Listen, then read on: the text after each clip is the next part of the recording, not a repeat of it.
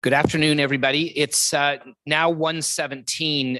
We'll be starting the meeting shortly. We said we'd start at 1:15. We've still got a couple of people that are not, a couple of counselors, I'm sorry, that are not in attendance at this moment, but we'll give it a couple more minutes, but we'll be ready to start shortly. Thank you.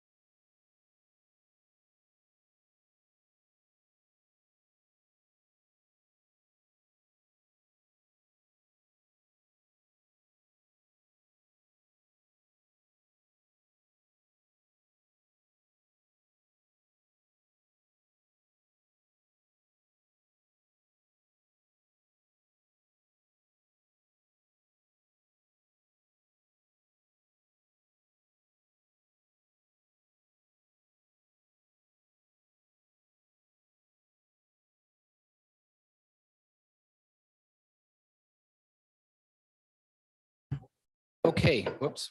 Thank you, everybody. I think we have everybody back. So I wanted to just start off. I just to let everybody know, for those that are live streaming, Councillor Silovitz is actually in attendance in this meeting. She is with us virtually, and so we do have everybody on that is on council at the moment in attendance at this meeting.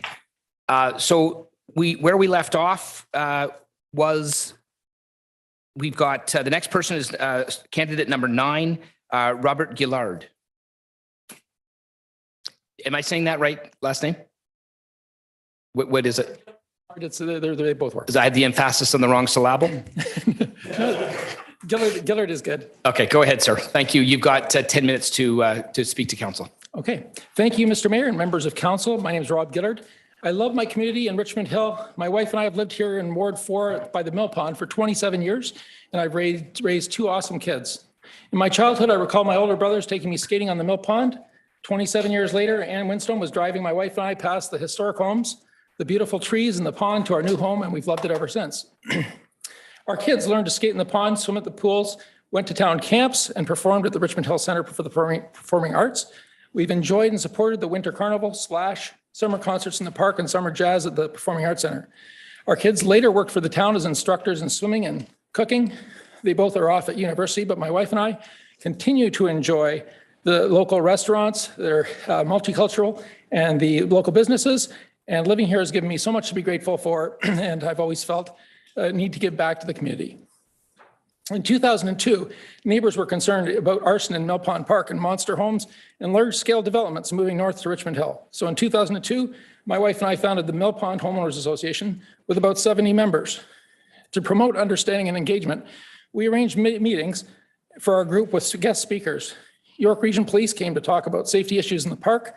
City planners talked about building permit processes, urban design guidelines, bylaws, and heritage. The city's landscape consultant walked us through the Mill Pond restoration and naturalization. City's bylaw came to discuss an increase in bylaw infractions. On behalf of the association, I attended public meetings about the Tridel development on Yonge Street.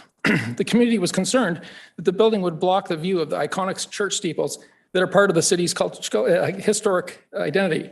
While I understood the need to have good development on the main street, I recall suggesting a creative way of shifting the building mechanicals to help lower the elevation. Following some good discussion and negotiation, the development was constructed with a lower elevation and is an improvement to the downtown area, which needs more work. I graduated from York University with a specialized honors degree in geography and transportation, which led to my career at TTC, where I was engaged for more than 31 years in planning as a transportation and operations planner and as a development coordinator. This work experience has provided me with a skill set that covers issues that a councillor faces: transportation issues, development and planning, housing, city departmental structures and operations, park and historical preservation. My work has developed a unique lens to deal with the municipal issues as a member of council. I retired from the TTC last year. Before I discuss more about my unique lens, I'm going to list some skills and knowledge in my toolbox. A strong understanding of the development process, traffic operations, transit priority, large-scale multi-billion-dollar transit investment projects, and the relationship between transit and development. I understand the importance of transit and other sustainable forms of transportation in meeting environmental objectives. I've worked with various city departments and understand competing objectives of stakeholders. I have experience commenting on OPA, zoning, site plan, committee of adjustment applications, city official plans, secondary plans, policies, and guidelines. I have experience working with Metrolinx, Creatio on housing projects, TRCA, YRT, and Viva. I've worked directly with wayfinding, accessibility, and accessible transit. I've worked directly with developers to clear hurdles in development conditions of approval. Now on to the unique lens part of my presentation. As a commission of the City of Toronto, we were somewhat removed from city staff who had a variety of departments to work with and had a more political pressures than we did as an arm's length agency. While TTC ultimately provided input to the city's planning process, my review of operational concerns, development proposals, and major transit projects allowed me to develop a very strong customer-focused lens that was about people and the public that use the system. While a development application includes physical plans and reports, to me, it was about the future residents and their connectivity to transit. I was able to facilitate improvements to make development better for residents and better for the city. I believe the customer-focused lens can be applied broadly to many issues facing the city beyond transit issues, and that it has a far greater impact on the future of this city than people recognize. In this light, new development in our community needs to welcome new residents onto our public transit system, our sidewalks and cycling paths with integrated designs that provide connectivity to the various resources and businesses. With a people-focused lens, I've had many success stories. I've negotiated with developers to mutually gain from costly direct underground connections to subway stations. I've implemented new transit routings through large development areas. I have requested a repositioning of doorways and walkways so that the people would walk directly out to transit, and I've ensured that Wheel-Trans vehicles could pick up their customers at the front doors of buildings. These often creative solutions result in a win-win-win for the city, the developer, and the residents, and I hope to bring this to council. In recent years, I worked on Creatio Housing Now projects that convert underutilized city lands to develop affordable housing in mixed income, mixed use, transit-oriented communities. The urgency of these projects is similar to the urgency in the recent Ontario Housing Task Force recommendations, but I've already witnessed the outcomes of hasty planning decisions. More than one of these large-scale developments will seriously impact bus air operations, but I did have to understand the trade-offs for housing and balance this by ensuring that the rest of the development was integrated with transit. One of the concerns that the task force is delay in approving development. On the other hand, city and provincial processes and policies are there to protect public interests in strong, sustainable, and resilient growth of communities. Bypassing processes can result in inadequate city infrastructure and services that can't easily be remedied later. These are complex problems that I can assist with, and I believe it requires that council pull together to clarify priorities, remove barriers, and make sure that our approaches are aligned with the provincial goals and provided in a timely manner. Before retiring, I was involved in some design elements of the Yonge North subway extension.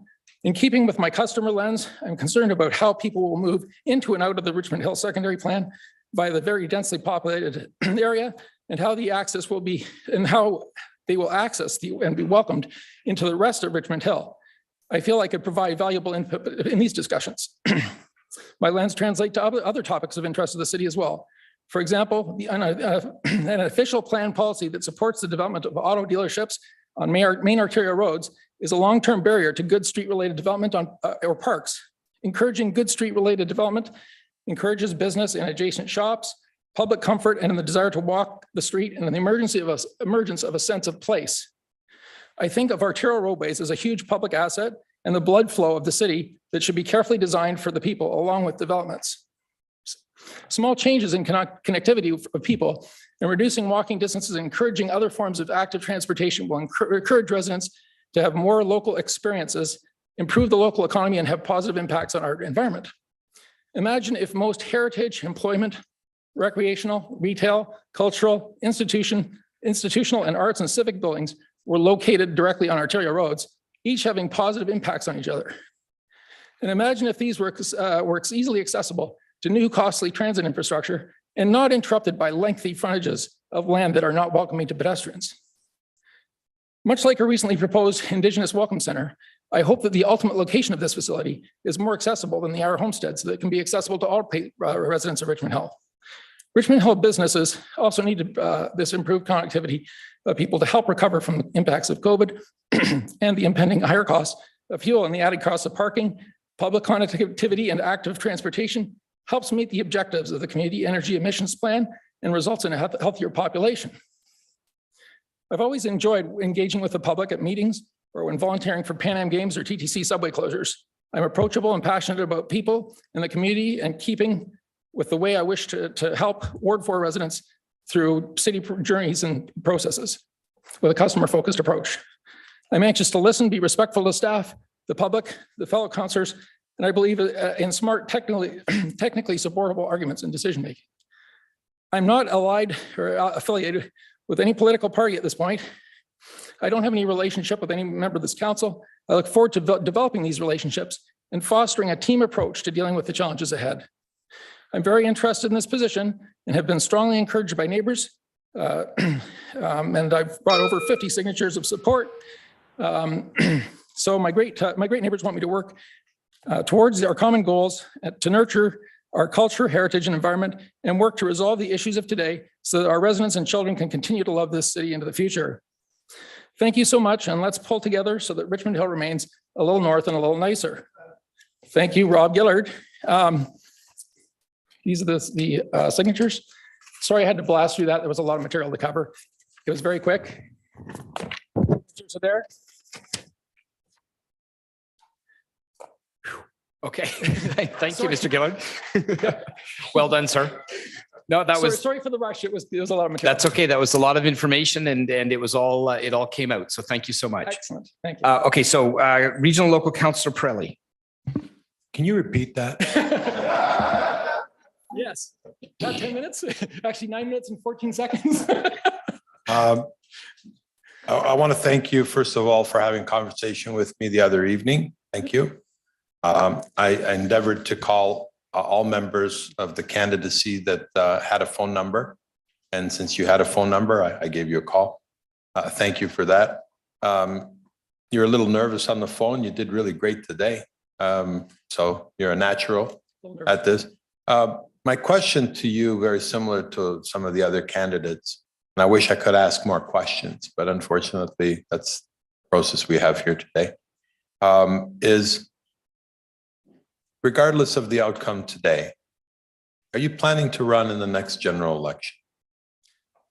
The answer to that is yes, I am, but I will be open-minded. Thank you. So actually, I will just add a little bit to that. Please, go ahead. It would depend on my success, how I felt in terms of what I'm participating in, how much I'm adding to the discussion, and whether or not it's valued enough that it's carried forward and appreciated. That's sort of the answer. Thank you. Thank you. Okay, anybody else? Councillor Munch. Good day. Good day. Great speech. Thank you. Also, thank you for reaching out. And I encourage everybody here also to reach out to all the members of council, regardless of what you sent through the clerk, engage. I like the fact that you were very detailed and technical and your presentation came through there. And there lies into a bit of our problem here, as all of us want to be policymakers up here. How would you, Ward 4 councillor, balance or choose between what is the needs of a transit-oriented community and the hundreds of millions and billions of dollars it takes to utilize so people can use it for a good economy, really good for a green space, versus those people that say, you know what, we don't want all of that traffic. We don't want all of that transit orientation focus on Yonge Street. Okay, so that is a question of education. So the people of Richmond Hill, they have a history. It's a very auto-oriented history, and it's not really, they're not really educated on what the benefits of transit are, and that we're headed in that direction. The prices of fuel, the economy, the way that people have to get around in my opinion, public transportation and buses is the most sustainable form of transportation. And I'm not ruling out other ones. I'm just saying it's the most accessible, providing the ability for people to cover the greatest distances effectively. So cycling, walking, all the other forms of active transportation are excellent means of transportation. But throughout my career, honestly, I've seen so many times, time and time again, where you see all these reports where they talk about all of the other active parts of transportation. And basically the sentence on public transit is it'll accommodate the transit. It'll simply, transit will just be accommodated somehow. It's magical. So that's a problem I've had throughout my career. And I understand the disconnect. So I think that's the value that I can bring in terms of the not in my backyard thing. It's taking the education to the people and saying, hey, you know what? Things have changed over time. People aren't driving every single day to their personal homes that are, large and take up lots of property. We need to allow to accommodate everyone on buses and transit. And frankly, I don't think we do a great job of it in the city. Thank you. So Councillor Chan, I've got you down. Thank you. Thank you so much for your presentation, and also that as my colleague had mentioned, I thought you took the initiative, like some of you have tried to connect with us, and thank you for that. And I appreciate during your presentation, you really put it into compact within the 10 minutes, so good for you. Now, you talk about connection.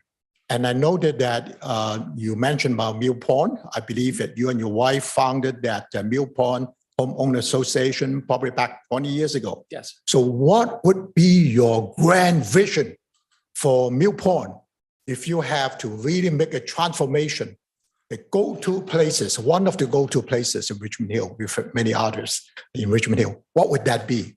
Okay.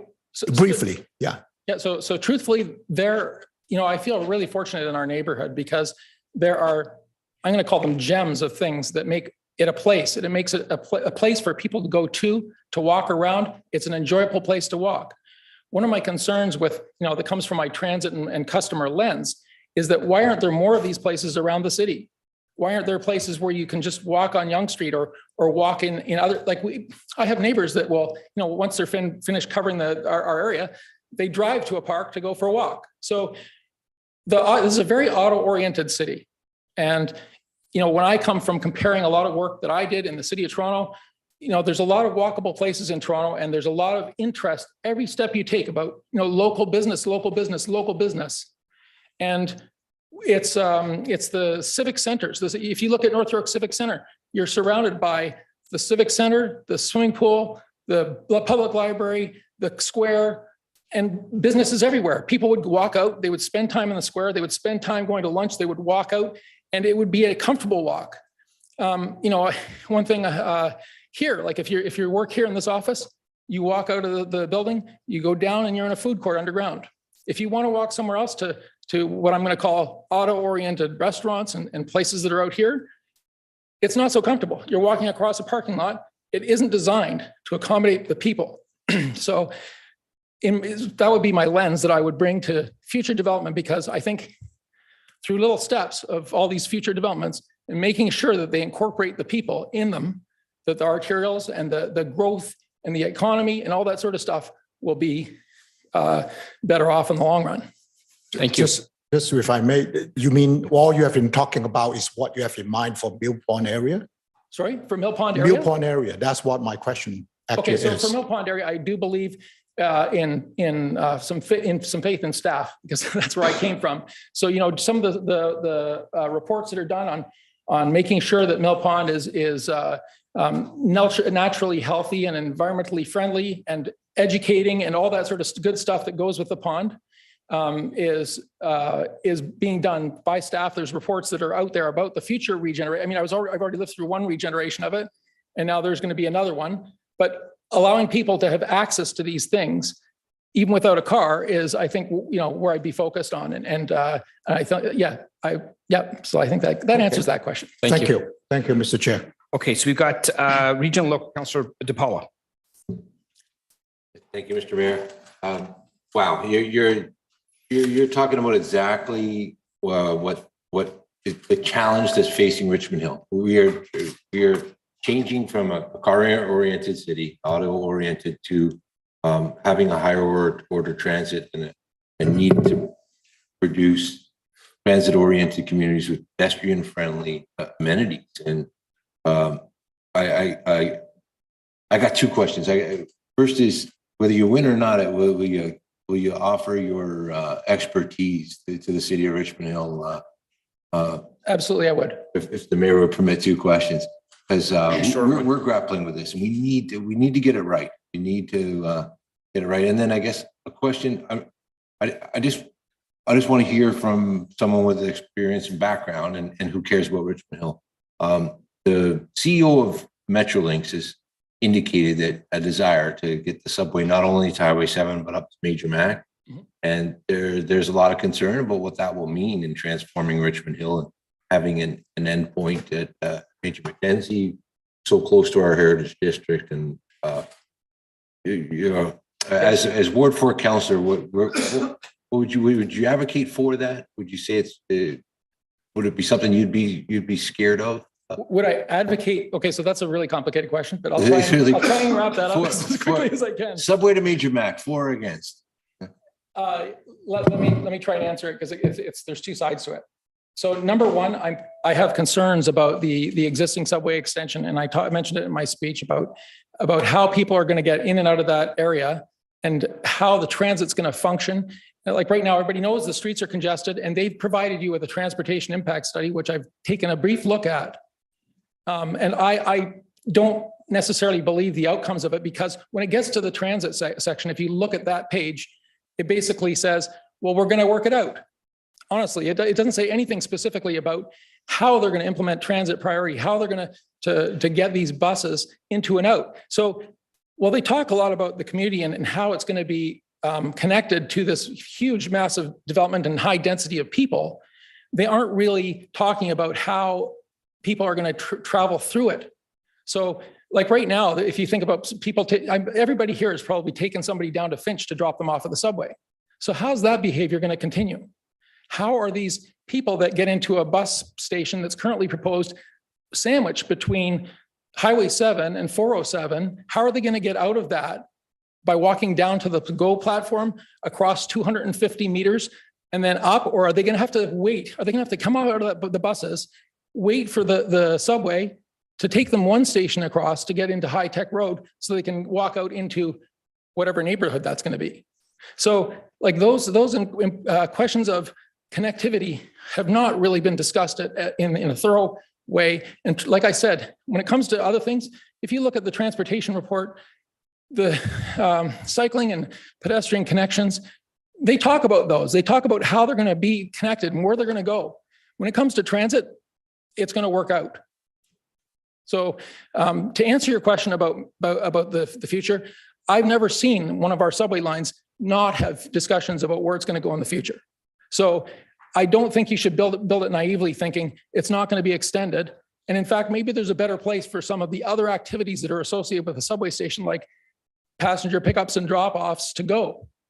It's like how the buses interact. Like maybe if you want to develop that as a core, that it's developed in a way that's specifically the core around a station, not also a bus terminal that handles a pile of buses and this interaction. So I think you can't just be blind about the fact that it would go further north.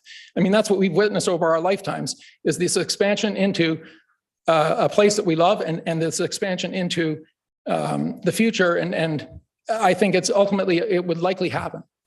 I mean, maybe not in our lifetimes, but it should be planned for. I mean, that's part of what we do and what the city does in their planning, is they got to be ready for this and thinking about, well, what are the advantages of this place over another place? And how are we going to make sure this all works? Thanks very much. Okay, seeing no other questions, thank you very much, sir. You're welcome. The next person, candidate number 10, Michael Galloway.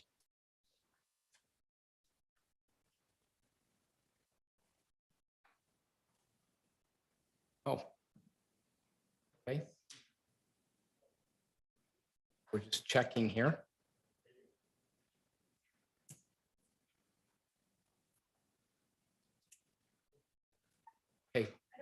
was here. I haven't seen him. Okay. All right. So the next candidate after that is Ian Mills.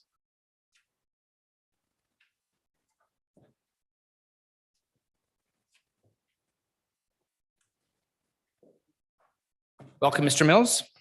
Thank you. Hello, Mayor West and Council, and thank you for this opportunity.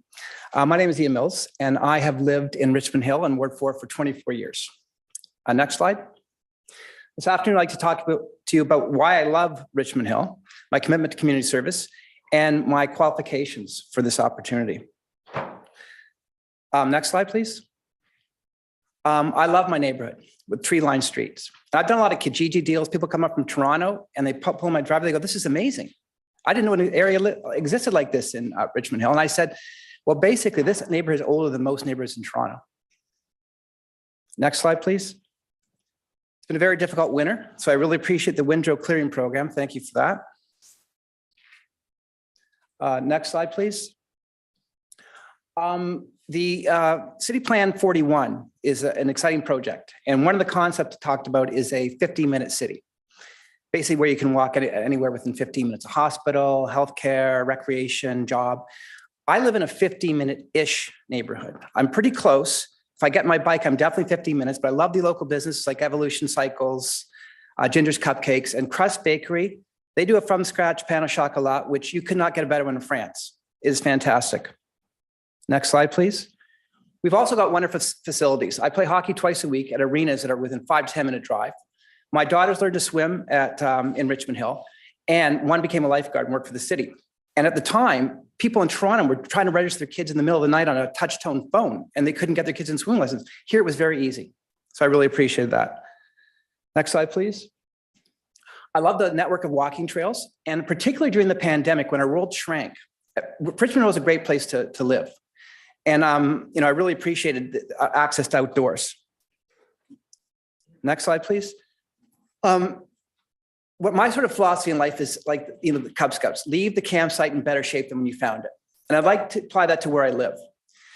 So as I enjoy all these facilities, I think, how do we maintain this for future generations? How do we sort of manage the dynamic growth in the area, but maintain this quality of life that we have?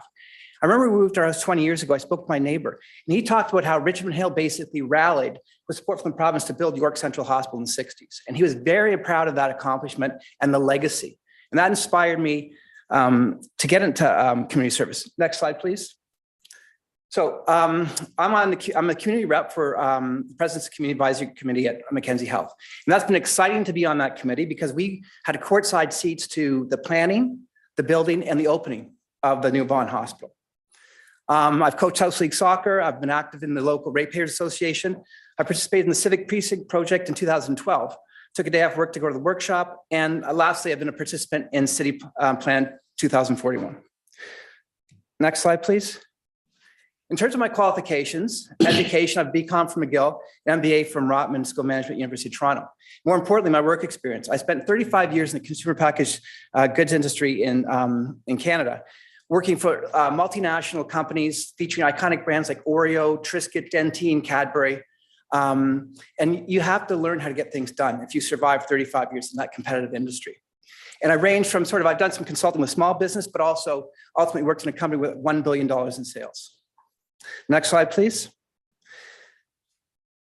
So you might ask yourself, how can an expert in candy, gum, chocolate actually help out the city of Richmond Hill? Well, there's a lot of parallels in terms of running the business and running a city. So the first thing would be dealing with many stakeholders. At city, you've got residents, developers, small businesses, staff. In a company, you've got consumers, customers, different departments, shareholders, head office in the US. And the key thing here is you have to engage with them and understand their positions. And I think though that's something that you could do. I've been a member of the Center for Performing Arts since it opened. I was invited to a focus group. And one of the questions to our table was, how are we addressing the needs of the diverse communities of Richmond Hill? I looked around the table, everyone was like me. I said, you can't ask us that question. You have to get out and ask those different communities to understand what they need so you can address it. And that's how I would approach this. It's about like residents, they've got different needs by age, by income, et cetera. You have to understand each one so that you can weigh against it. Even developers. I think we need development in Richmond Hill. We have to make sure that their goals are aligned with our goals, but we need development. We have to have that dialogue. Next is prioritization. I know one of the strategic imperatives is fiscal responsibility. We can't do everything people want. So you have a very tough and important job on council. You have to lead the city with courage and wisdom in terms of making the right decision for the greater good. And I've had a lot of experience in that in terms of, managing sort of the workflow of a multi-million-dollar company, making sure that every brand gets its priorities and we fit it all in to achieve the bigger goals. Also, balancing the immediate needs and the future, very difficult. I did run air traffic control for Mondelez, which is $1 billion company, because so much has to be done with limited resources. So we had a priority calendar, which we looked at this quarter, this year, 3 years, 5 years. We kept everything on the table because if you're so focused on fighting fires today, you're not worried about maintaining the infrastructure 10 years from now. So I've got experience in that. I think importantly, I've got collaboration and teamwork skills, which I bring. And I think I learned those because I never changed jobs, but I worked for like 5 different companies because we were acquired, we split. And the importance of teamwork and collaboration, I really learned there because you have to engage, you have to work together because the goals don't change just because you've been bought. You need to get along and get things done. Next slide, please. So in closing, I come with no personal agenda except leaving Richmond Hill in a better place, better shape than when I found it. I purposely have not talked to issues because I think the first step would be to engage with Ward 4 to understand what their issues are. I have my opinion, but that's not what I'll be representing. The other thing is I can begin immediately and the position will be my priority. I'm luckily retired and so my schedule is cleared. And I know that there's urgency to get this job running. I don't have to give 2 weeks notice. I don't have to transition my job. I'm ready to go. Thank you. Thank you very much, Mr. Mills. Questions from council? Councillor Chan.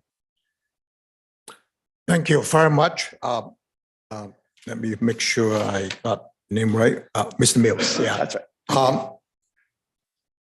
You have said, I believe, 35 years of experience Right. in marketing, branding. Right. So if you were the Ward 4 councillor, what kind of brand or tagline you can think of for Ward 4, and if I may extend it, for the whole city that you're proud of as a resident? Ward It's not 4 meant to be a test, but just building on your experience. No, exactly. But I go to what I like about it. I like the sort of, as I said, tree-lined streets. I like the access, it's so central, right? It's almost like a bit of an oasis in the GTA, right? Because there's not many neighborhoods like that. But yet we're so close to everything else. That's one of the reasons we decided to live there. Is I worked in, I think, 7 different locations. I didn't change jobs, but I ended up working 7 different locations. I never had a problem getting there. So I think that would be sort of the core thing I would talk about. Thank you. That's probably tastes better than chocolate, isn't it? No, I'm just kidding aside. Thank you. Thank you very much. Councillor Munch. Good day. Okay, so let's go there. So you moved here. When the 1971 plan said we're going to go to a suburban neighborhood, and the Mill Pond area is one of 2 areas that had water. Prior to that, the only other place was Highway 7 in Yonge, Richmond Hill. Now going forward, we are now transitioning out with the 6 to 7 billion today's cost of infrastructure. We have to make sure that infrastructure is utilized.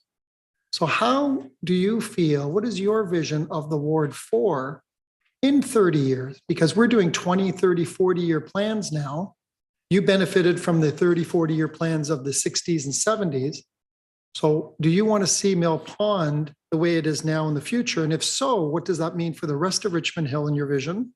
And what would you fight for Ward 4 at the other wards? And or 2, if you want to see a transition from what Ward 4 is today, what is that vision of what you would like to see as the ward councillor? Well, I think when people say densification, they freak out. And I look at the positive densification. As an example, right now in Richmond Hill, in the downtown core, there's a lot of sort of casual restaurants. There's not a great restaurant. In Kyneburg, there's like 5 restaurants that are better than anything in Richmond Hill. If we had density, we could attract business like that. So I think there's an advantage in density. So I think things like Mill Pond, we need to preserve that. That's a jewel. I think the house within, I think there's some wider lots in there we could densify. I think some of those small profile apartments, there might be an opportunity to densify there, but certainly on the perimeter of Yonge and so on, we need to densify. And I think, as I said, I feel a responsibility to take care of the next generation because I have benefited. And we have seen a lot of growth during my time in Richmond. I think when I moved here, Bayview and Major Mac, there was all farmland. And now it's a subdivision and retail. So we've managed growth so far, we can manage it again, but I think people have to get their head around the benefits of densification. Thank you. Anybody else? Okay, I actually, so you've actually partially answered the question I was going to ask you, but maybe so you keep this brief, but just to elaborate. So you had said that you're involved with the official plan process. So thank you for your volunteer input on that. What do you think in the last official plan and what we should be doing in this official plan that you think is good and is working, and maybe something that needs to be adjusted a little bit and made better? I like the way you sort of develop pockets around the city and then have specific strategies for the pockets. So the downtown core, which is closest to where we live, I think there's huge opportunity there to make it a destination. I think it'd be great to bring the subway up to Yonge Street, just, so other people could access that and it'd be easier for us to get down. Although the people in Lawrence Station aren't going to like it because they won't be able to get a seat. So that's a TTC matter. I think that's what I really like about this one is sort of focusing on distinct areas where there's expertise to deliver against the needs of the people in those particular neighborhoods. And again, delivering against the greater good. Okay, thank you. Thank you very much. So seeing no other questions, Mr. Mills, thank you very much for coming. We appreciate that. Great presentation. And the next person up is Reika Shepard.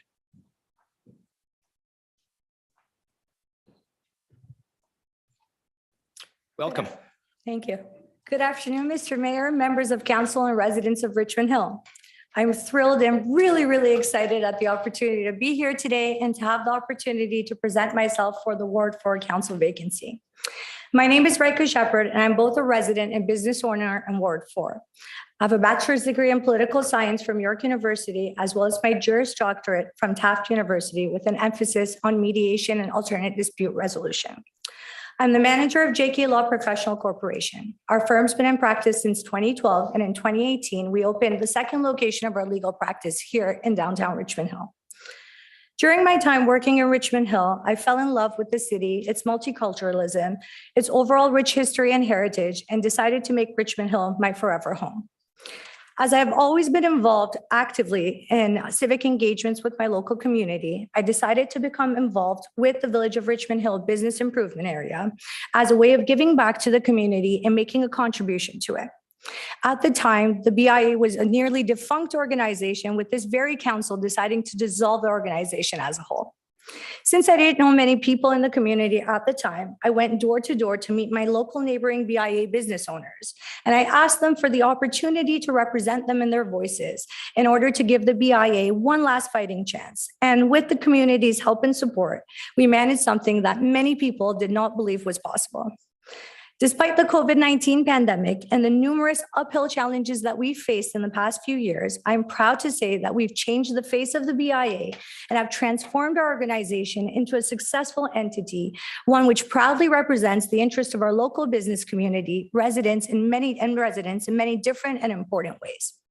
Over the past 2 years, as the chair of the BIA, I've managed to bridge the wide gap that existed between our various community stakeholders, and have proudly united our local residents and business owners, working closely with our city council, our amazing city staff across various departments, with our local police, York Region, and multiple community organizations such as the Richmond Hill Board of Trade to ensure the betterment of our city and specifically the downtown core. Or as Councillor Chan likes to put it, the historic village. There are many issues that directly affect our community, and through my work with the BIA, I've had the opportunity to actively be involved in working on a variety of those matters, such as assisting our local small businesses in navigating through the pandemic and ensuring their survival, dealing with issues of crime and safety in the downtown core, and working closely with York Region Police and our local community to combat said issues, working with various departments across York Region, such as Community Development, Strategies and Partnership Branch, Community and Health Services, Services, Canadian Mental Health Association of York, to advocate for mental health issues and to combat homelessness in the area through increasing awareness of said issues and providing more access to social services needed, and the promotion of arts and culture in the community by organizing a variety of multicultural events, all intended to strengthen our beautiful Richmond Hill and to promote Richmond Hill and specifically the historic downtown core as a place to live and invest in. To emphasize on some of this work, the BIA, along with the cooperation of York Region Police, and the Crasman Center, created the first ever outreach test program of its kind in all of York Region, bringing various community outreach partners together to understand the needs of our homeless community and to better assist them with access to services such as housing waitlists, ID card services, shelter services, and mental health care. It is our hope to expand on this test program and bring more permanent social services to Richmond Hill, thereby increasing neighborhood safety and security to create a more livable and walkable downtown core. I wholeheartedly believe that the type of success we have accomplished with the BIA and the nature of community work should be expanded on a larger scale and would be the type of work that I would promote should I be privileged enough to step into the role of City Councillor for Ward 4. It's my genuine belief that in order to optimize the effectiveness of local government, there are a number of factors that must be taken into consideration, such as public participation and voter turnout. It is incumbent that the public be involved in matters related to governance, to be aware of local issues concerning their city, to have knowledge of ongoing topics discussed within the municipality, and to be engaged in discussions concerning their future and participating in the democratic process of voting. In other words, it's imperative that residents feel included in the decision-making process by making local government more accessible, inclusive, and far less intimidating. However, in order for the public to be compelled to engage in their local politics, they must also feel that their voices are more adequately represented on council through the achievement of ethnic and racial diversity and the engagement of minorities historically not seen as often in this role, and the creation of gender balance on council by having more females involved in municipal governance. Finally, it's important that residents have faith in their leaders and in their political system by demonstrating the effectiveness of proper governance through the spirit of collaboration, cooperation, and having a united council. I'm a proud Persian Canadian resident and business owner in Richmond Hill and specifically Ward 4. And it's my humble opinion that given my background, education, and experience, and through my civic engagements in all the communities that I've lived in, and particularly with the BIA, I've demonstrated my unwavering belief in both the democratic process and my ability to make a positive contribution to my local community on a meaningful basis. I'm a strong advocate for equality, diversity, and inclusiveness, for economic development, creation of job opportunities, promotion of our local businesses and public transit, a zealous protector of the environment, our local heritage, and a believer in responsible growth and development, as well as a staunch advocate for mental health, the promotion of culture, sports, arts, and literacy. I believe that with my passion, energy, and ability to work with people from all walks of life, I will do justice to the role and proudly represent the residents of Ward 4. It's my hope that members of council will allow me the opportunity to serve my community on a more meaningful basis by supporting my nomination for this role. Thank you for your consideration. Thank you very much, Ms. Shepard. Members of council, Councillor Munch. Good day. So I enjoy being with you on the BIA board. I will say that. And you've done a really great job. And I'm going to talk to you about the safety.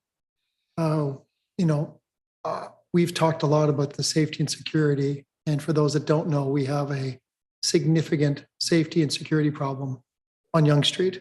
It's not in most people's awareness, but we have prostitution, we have a drug problem. And Reika, I want to say thank you for having safety down there. I know sometimes when you leave your business, you don't feel safe. I'm going to talk about that. So with regards to Ward 4, and you want to be as an appointment there, and our downtown BIA and trying to make it happen. How are you going to, or what's your vision with regards to Ward 4, similar to the colleague before you, which wants to see a Ward 4 be that gem, because it is one of the gems. Oak Ridge, North hold nicely in Ward 1. Ward 4 has a little more of a gem argument, a little older. So what's your vision of the Ward 4 and how it's going to balance the growth, the transit, the safety to make sure Yonge Street's vibrant? What's your view? So You're right, Ward 4 is an incredible place to be, and we have a lot of problems, but we're working with the community to combat all of those problems. We talk about viability of the neighborhood, vitality, increase in businesses, attracting new businesses, and part of that is to ensure that we have a safe community so that people feel that they're safe to bring their children out to walk, that they can enjoy the services we have there to offer, the restaurants, the scenery, without, feeling that their security is compromised. So we're hoping to work very closely, as we are with York Region Police and the variety of community stakeholders that we have, to ensure that we increase safety in the downtown core in order to do all those things, to attract new businesses, to make people feel comfortable, to be there and to enjoy everything that we have to offer. Some of the other things we want to do in addition to safety and security, there's a lot of things we can do to increase the betterment of the sidewalks, for example, to make it more walkable. We have issues with garbage removal. We have issues that we're currently working to combat. And it is my hope that if we do all of those things, we can have, a better ward for all of our residents and for all of Richmond Hill to enjoy. Thank you. Councillor Chan. Thank you for your presentation, Shepard, and for your leadership with the BIA. I guess rejuvenation is the word. And you mentioned about mental health and homelessness. I think it's the first time, if I'm not mistaken, any candidate has spoken of this yet. It's different from what Councilor Munches talked about safety. But if you were to vote for councillor, what sort of approaches or measures or plans you would have that would have a, maybe that's not the right term, but peaceful coexistence in terms of accommodating, because you mentioned about making the place a livable, walkable area. How to make it livable, considering that there are issues with homelessness, not only on Yonge Street, but there's some that is, you can see is evident there. How do you address it? And relating to that, allow me sort of a different, slightly different question, but also the Yonge Street corridor. How would you react to people who might say, yes, it's walkable, it's always traffic congestion there on that strip. So I know it's two distinct parts, but in the same geographic location. Okay, so regarding homelessness and mental health, unfortunately, because of COVID-19 and all the pressures that it's putting on people, we've seen an increase in homelessness and all of those issues and mental health issues, particularly in the downtown core. It's become a huge issue over the past few years. One of the opportunities that the BIA has put together is to work closely with the region. As I mentioned, we've created a task force and we intend on working closely with the region to bring more permanent services to the downtown core. And that, as you know, a lot of these services are not municipal services that are offered, but we can create a partnership with the region to bring those services on a more permanent basis to Richmond Hill so that the people that need it, these marginalized groups, have access to shelter wait lists, ID card services, and some of the things that they may not necessarily be able to get on a regular and continued basis. We feel that if we provide more of these services, there will likely be a decrease in homelessness in the core or all around Richmond Hill. We hope to implement the program in other parts of Richmond Hill as well. But like I said, Ward 4 is our test site for this project. And we hope through our continued work with a variety of stakeholders, we work with our local shelters, we work with our local Craftsman Center and the rest of our community stakeholders. It's our hope that we can slowly combat these issues to make it better. Of course, it takes time, but we're working on it.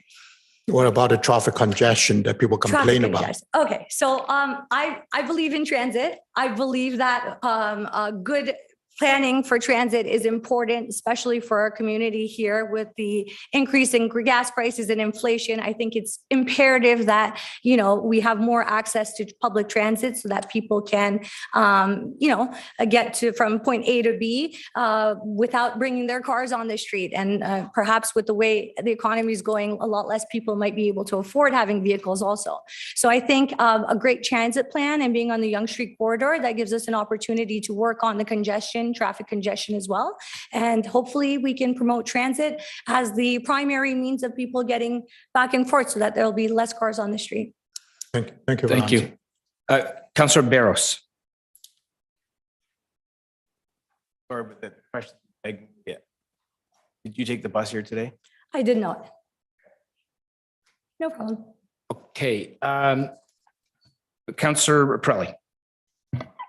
Thank you, Mr. Chairman. Hi, Reika. Hi. I guess we didn't have an opportunity to talk before today, but I was away, you were away, and that's okay. We're here today.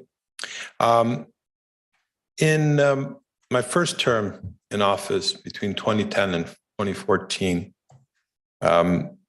there was a project called the Hub in Richmond Hill in Ward 2.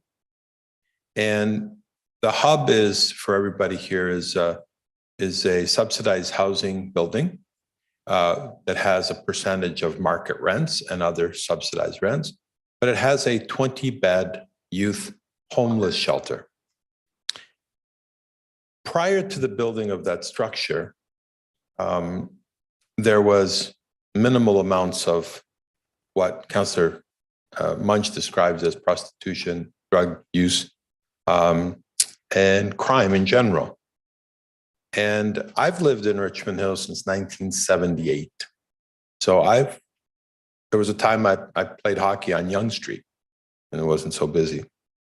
But since they built in the Hub and this youth homeless shelter, I've noticed one thing, and it was something that I was concerned about at the time. And that is this, that if you build it, they will come. I believe that if we build a soccer dome, more people will come to use it. I believe if we build pickleball, they'll come to use it. And I also believe that if we build shelters, they'll come to use it. Herein lies the problem. When you have a 20-bed facility and 30 people show up, they may not all be from Richmond Hill, maybe from York Region. They show up and the door is closed. So what do? And I find that now, hindsight being 2020, my greatest fears were realized is that now these young homeless people don't go back to where they came from.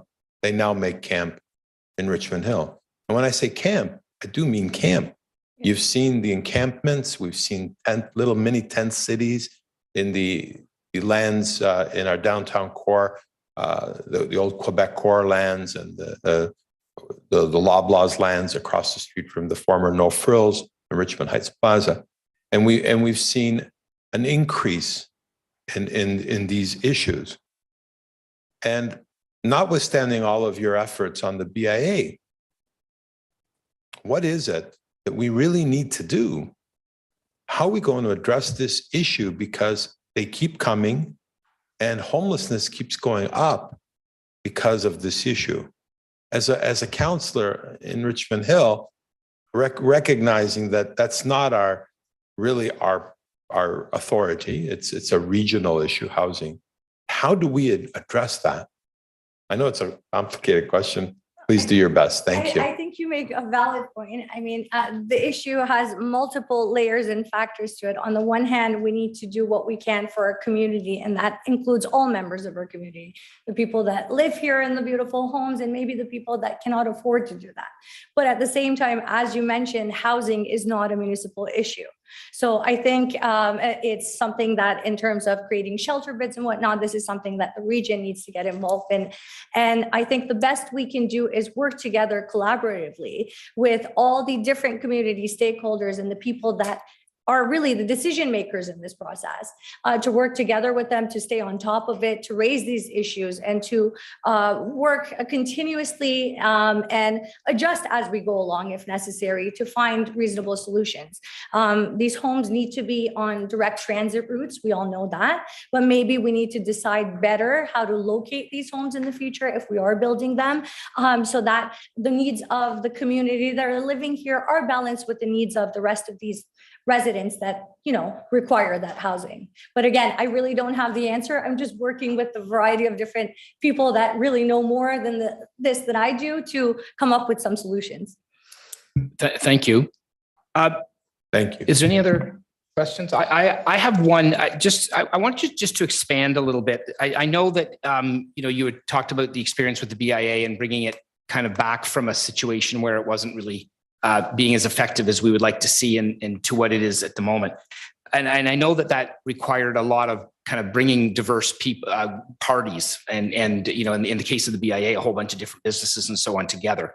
And actually, the issue that you were just talking about now, Councillor Pirelli was just talking about now with the homelessness thing is, bringing a whole bunch of different parties together to find a solution to a complicated problem. What can you tell me what you've learned or what you would take from the learning that you've had in those situations to apply to other issues beyond just the downtown or village core, historic core, or whatever Councillor Chan wants to call it? Yeah. To be honest with you, I've learned so much through my role with the BIA. I've had the pleasure of working with so many knowledgeable people that have been working with all these incredible organizations to make a lot of great change happen all across York Region and Richmond Hill.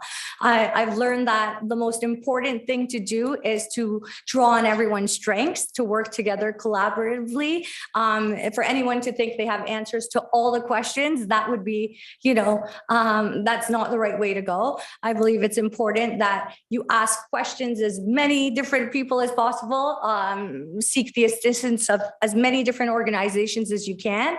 And I think collaboration is the key. Collaboration, that's the key to community building. And as long as you're open to attracting ideas from different parties and working with people from all different walks of life, I think progress can be made. And that applies to everything, I think, in governance, municipal governance. Okay, thank you very much. Okay, so I think that's it for a speakers list here. Oh, Councillor Silovitz, did you have your hand up or was that a stretch? Okay, that was a stretch, a virtual stretch. Okay, thank you very much. Thank you very much, Ms. Shepard. Okay, the next person is delegate number 13, John Ceciliano. I feel fairly confident I said that right? Yeah, it's correct. It's correct. Okay, so let me just adjust the mic for 1 second. Sure.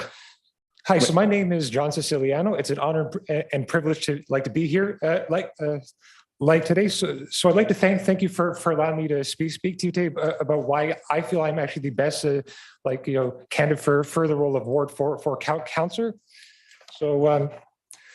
So the reason why I'm running for the Ward 4 councillor vacancy for council is because the ward was left open by Mayor West. So I was actually born in 1984. I moved to Maple with my parents in 1990. I stayed there until 2006, and I moved with my family in March of 2006. And I lived in Richmond Hill for the past 16 years.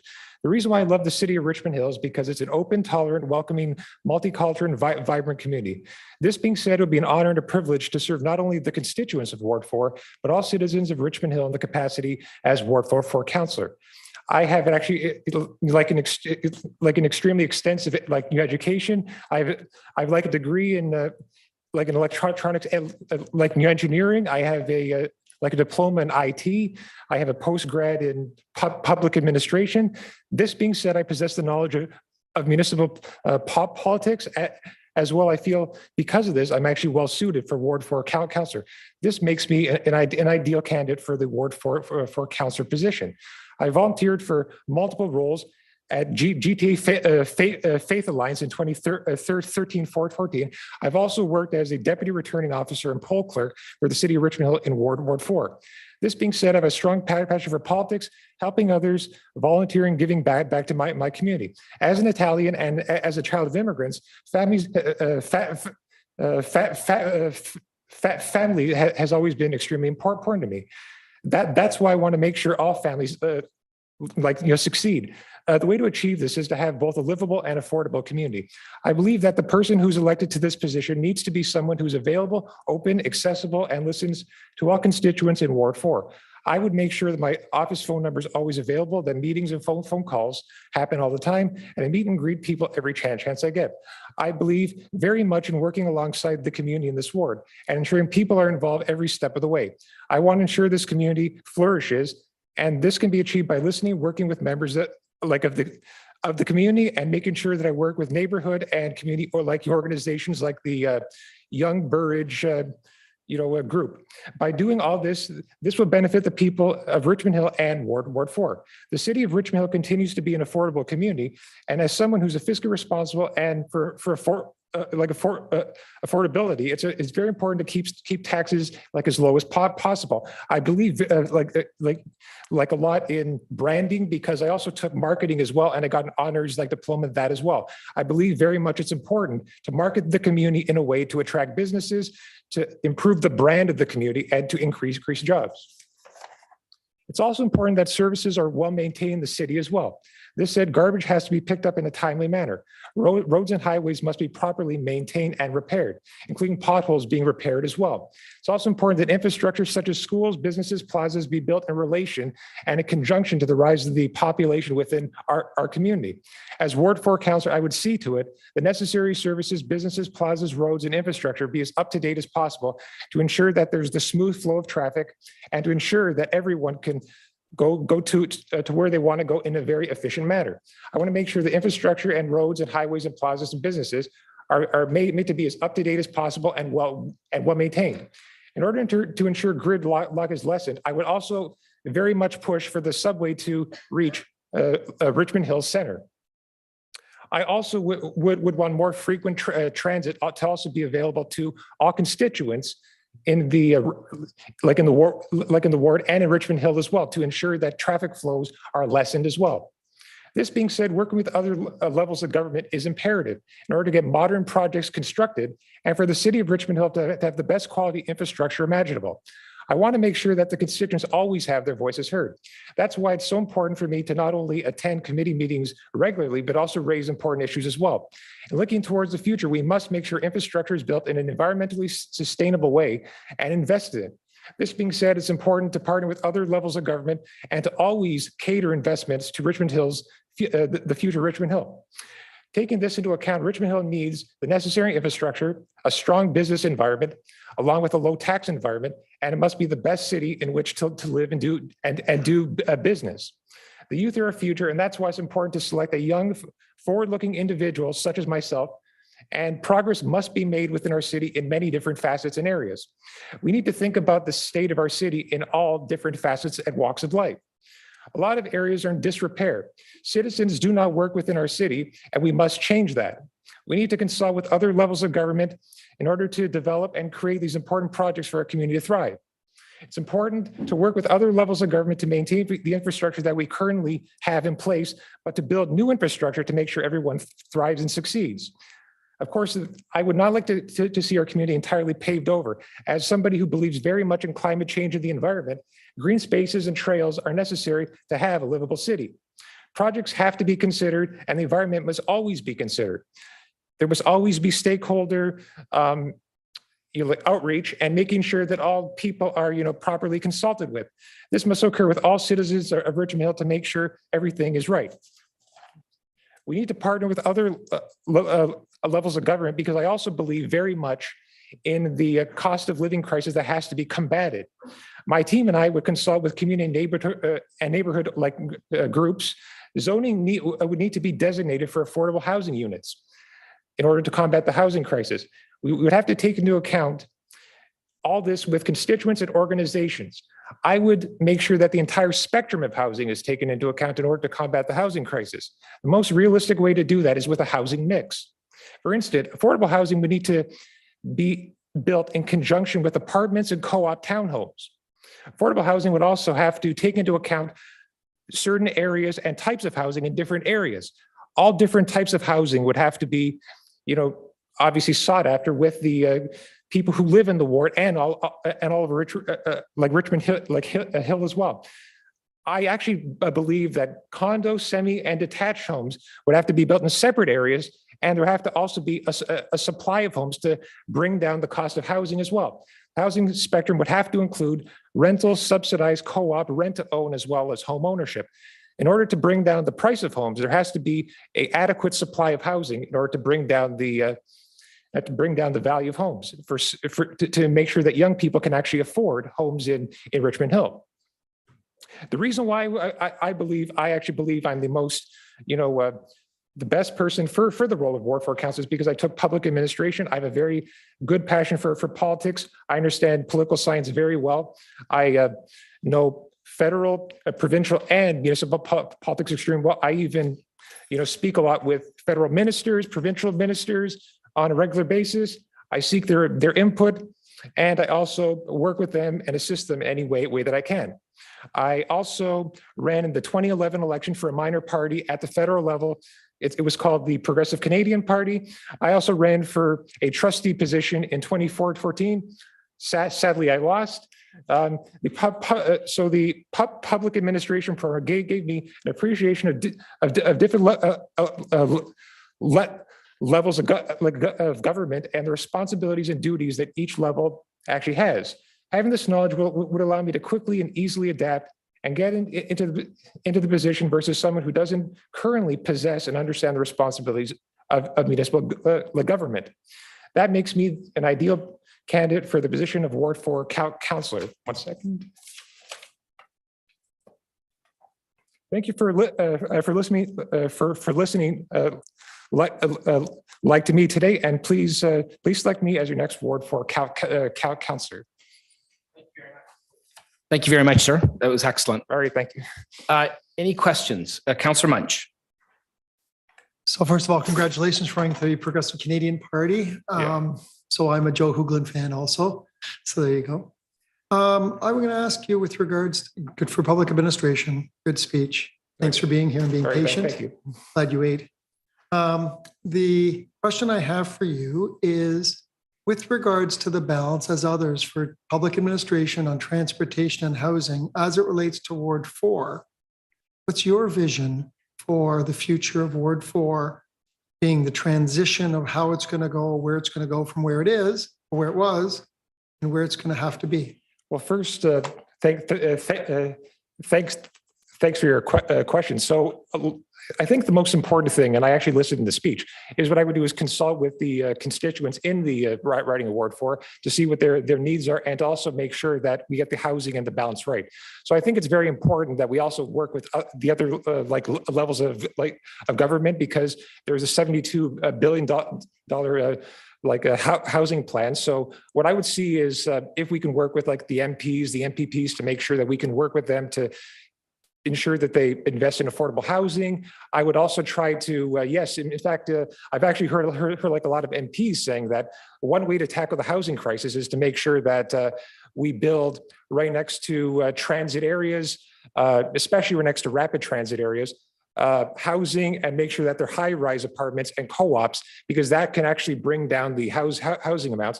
And I would also make sure that we have rent-to-own homes, and the way to do that is to build it in areas where there's actually currently apartments, because they actually fit extremely well, and I think that would probably be the right balance. But in answer to the question, normally the way it works is right next to transit hubs, that's where cities are actually going when it comes to building housing and making sure that affordable homes are built in areas right next to transit, but they wouldn't be affordable, or which means low cost housing. They would be sort of like medium cost, but they would be sort of subsidized by the other levels of government. Thank you. All right. Is there any other questions? Councillor Pirelli.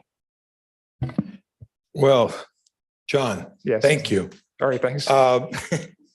It's pronounced Siciliano. Yes, but I was being a bit yeah. I know. That's great. Right, thanks. My name's Carmine, but they call me Carmine. So that's fine. It's fine. Yeah. But thank you. Do you speak Italian? Well, actually, I'm actually fluent in French. Oh, French. Yes. Oh, that's even better.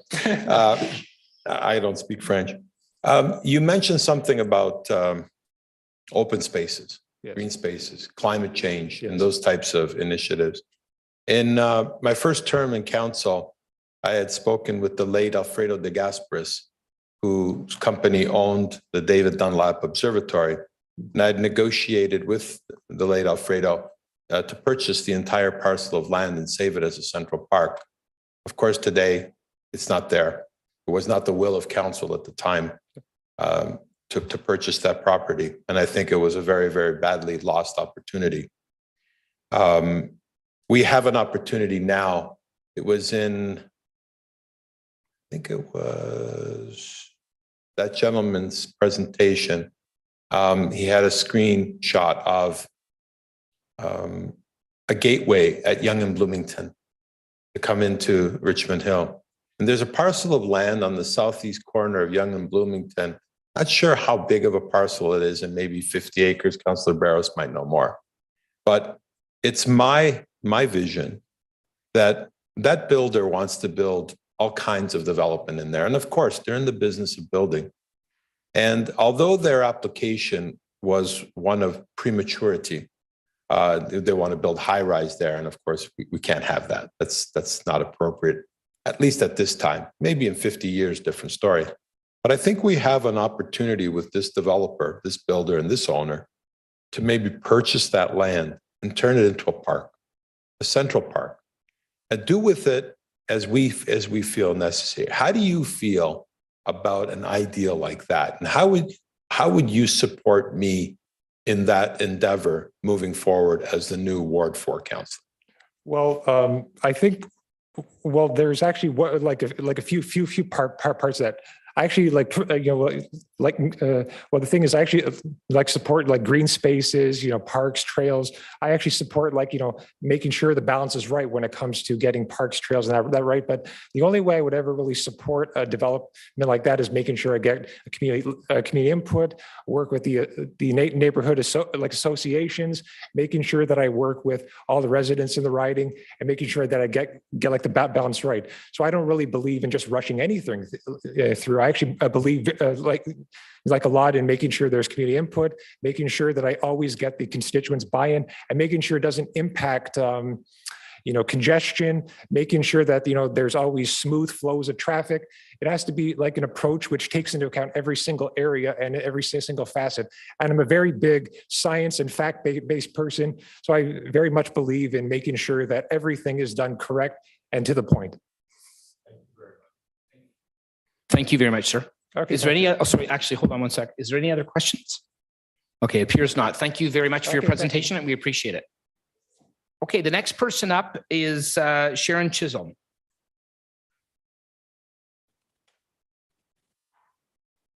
Welcome. Thank you for waiting.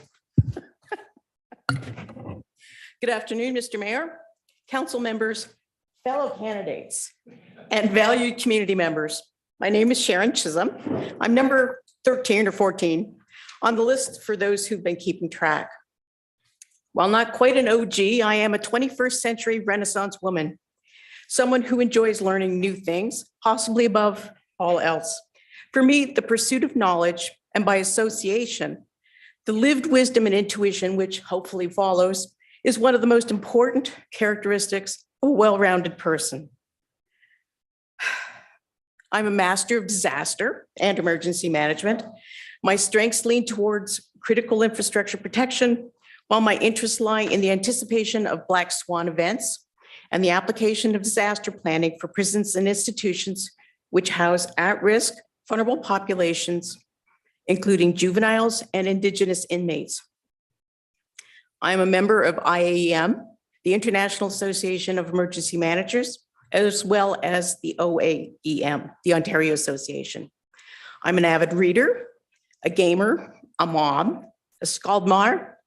I own my own home, push a mean lawnmower in the summer. I'm a pragmatist and an eternal optimist. Today, I am here as candidate for the vacant position of councillor for Ward 4. That lovely rectangle of land that extends from Major Mac in the south to Jefferson Side Road in the north, from Bathurst Street on the west to Yonge on the east. As you know, it is a large and diverse area, ranging from the enduring and leafy enclave of Mill Pond to the village of Richmond Hill, from the Regency designs of Heritage Estates to the early aught homes of Westbrook and Jefferson. Each area has its own unique hopes and its own unique concerns. Since Murphy's Law has an uncanny ability to manifest itself at the worst possible time, there won't be technology to wow or pretty pictures to distract. I would like to take a moment to acknowledge the land on which I stand today, where we gather as council, support staff, and members of the city of Richmond Hill. This land, and in particular the land that comprises Ward 4, my ward, is the traditional territory of the Haudenosaunee, Anishinaabe, and the Mississaugas of the Credit First Nation. We are guests in this space, and it is our shared obligation to respect, honor, and sustain the land. So why do I want to be a counselor? I fully subscribe to the advice recently promoted by Arnold Schwarzenegger to be useful. And Ward 4 residents need someone who will be exactly that, useful. Not doormat useful or crutch useful, but the kind of useful that speaks to seeing Ward 4 residents fairly represented in council. That allows me to capitalize on my experience in administration and stewardship, to use my expertise working within a publicly funded organization in order to not only meet the interests of Ward 4 residents, but to also ensure the equitable treatment of Richmond Hill residents, all of them. Most of my fellow candidates, we haven't heard from all of them yet, wrote to several overarching things and have spoken to many others. One theme was that there is an almost complete disconnect between the plans and vision council has for Richmond Hill for the residential intensification. Sorry, I'm getting a little rattled here. And the vision that residents have for the same but mandated growth. Homeowners and others who will be impacted the greatest by the encroachment of condo megaliths often feel patronized, belittled, frequently ignored, and rarely championed. Another theme relates to the lack of sufficient recreational space, from naturalized green space and ponds to more formal parks, as Mr. Pirelli indicated, play areas, and safe off-leash facilities for family pets. But are these themes unique to Ward 4? If the recent mayoral by-election is any indication, the residents of Ward 4 are recognizing that participating in municipal activities has a very real impact on what happens in their neighborhood, and that an attitude of "you don't need to know" or "council has your best interests at heart" will no longer be tolerated. As the Ward 4 councillor, I'd be easy to find. My phone number is still in the old Bell directory. My address has been posted almost as often as a house for sale notice. My point is that I don't hide behind smoke and mirrors. If a constituent has a question, I'll have an answer, or I'll find the answer. As Ward 4 councillor, it will be incumbent on me to ensure that my ward residents are familiar with Richmond Hill policies and procedures by providing them with up-to-date and timely information, as well as acting as an effective conduit for their suggestions and concerns. However, I'm not presumptuous enough to believe that every answer will please everyone every time. This is where my experience with interpreting overarching policies and applying them within a local framework, all without diminishing the intent of those activities, comes to the fore. As I've indicated elsewhere, I'm intensely interested in fulfilling our local responsibilities with respect to the 94 calls of action issued by the Truth and Reconciliation Commission, especially since residential intensification is a major issue for Ward 4. It is imperative that we respect and honor the lands we occupy. Rushing to build merely for the sake of building does a disservice to Ward 4 residents, both Indigenous and non-Indigenous alike. Too many Canadians still do not know the history of Aboriginal people's contributions to Canada, or understand that by virtue of the historical and modern treaties negotiated by our government, we are now all treaty people. History plays an important role here. To build for the future, we must look to and learn from the past. In this vein, I'm sure that it will come as a surprise that out of the 94 calls to action, only 4 specifically mention municipalities or have really any direct impact on the city of Richmond Hill as a municipal government, with those being calls 43, 47, 57, and 77.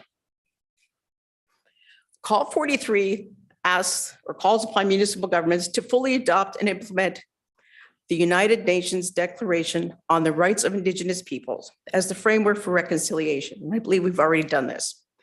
While it sounds onerous, it's not. Call 47 requires municipal governments to repudiate concepts used to justify European sovereignty over Indigenous peoples and lands, such as the doctrine of discovery and terra nullius, and to reform those laws, government policies, and litigation strategies that continue to rely on such concepts. Call 57 asks municipal governments to provide education to public servants. No, it's to public servants on the history of Aboriginal peoples and skills-based training in intercultural competency conflict resolution. Finally, call 77 asks municipal archives to identify and collect copies of all records relevant to the history and legacy of the residential school system, and to provide these to the National Center for Truth and Reconciliation. Are any of these truly difficult to execute? No. Have we as a city been lagging in our responsibilities to fulfill these calls to action? For the most part, yes. Are we limited to honoring just these 4 calls to action? Of course not. However, by honoring these 4 calls to action, Richmond Hill can begin to become a leader in York Region, actively acknowledging our responsibilities to our Indigenous neighbors, fulfilling our obligations to truth and reconciliation, while helping to expand the historical knowledge base of all our residents. Beyond moral responsibility, I seek the position of ward councillor to address the practical needs of my community. It is my belief that Ward 4 residents must prepare for the changes that aging infrastructure and unmitigated global warming will have on us. Through zoning, budgeting, and improved long-term planning, we have a great opportunity to strengthen resilience well into the mid-century. As always, by starting small and starting now, we will produce better results. In closing, Ward 4 is a special place, home to a diverse, multicultural, and well-educated population, connected at the heart by the common threads of family and place. It deserves a special person to be its counselor. To paraphrase Obi-Wan Kenobi, I am the counselor you were looking for. Thank you for your attention. Thank you very much, Ms. Chisholm. I like the quote. That's excellent. Okay, is there anybody on council that would, Councillor Munch? Would you gentlemen excuse me just for half a second so I can get some water? Oh, you bet. Absolutely. You bet.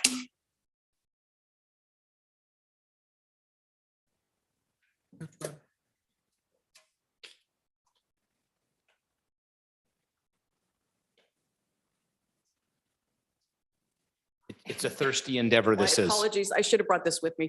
No trouble Kind of at all. realized halfway through, it's like, No, that's okay. Councillor Munch, go ahead. Oh, I didn't say it to everybody, but thank you for coming Okay, and presenting it. I do wish all of you well. If I didn't say it to you, I'm sorry. Good speech. Thank you for coming today. I've a long question for you, kind of Okay. 2 parts. So I'd like to, Oh, no, do you they're very do you have a basically Indigenous background, and do you Yes. have why do you have such a flavor for that as it relates to the Ward 4? Is it relationship there? And then the next sub question in all that is, because the Indigenous side is a federal jurisdiction and we're a municipal government as a priority first.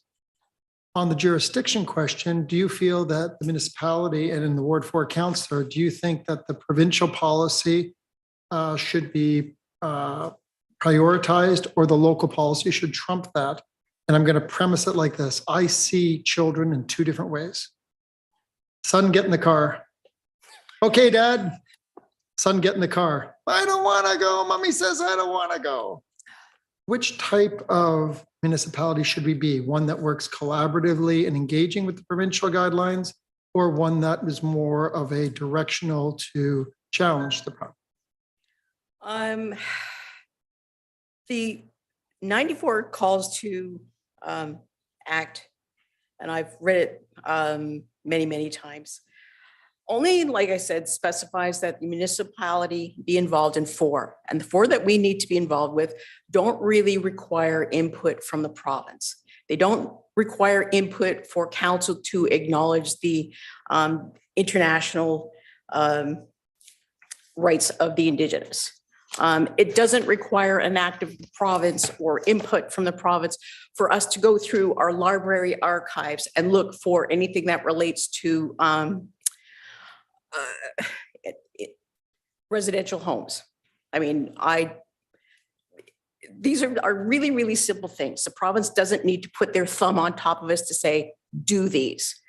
There's other issues. I know they've come before council because I've sat through them that relate to designing places specifically for Indigenous culture and things like that. I looked at the two that were specified. I believe they were 62 and 63, something like. Yes. And both those calls to action are actually directed elsewhere. They're not directed to the municipality. They're directed to the federal government, province, and regional governments. So that's not to say that we can't help, that we can't get involved. We shouldn't be involved. If Richmond Hill is looking to put a star on the map, to make a name for itself, to be involved in, essentially positive attitude towards Indigenous activities and programs and whatnot, essentially stands to our benefit.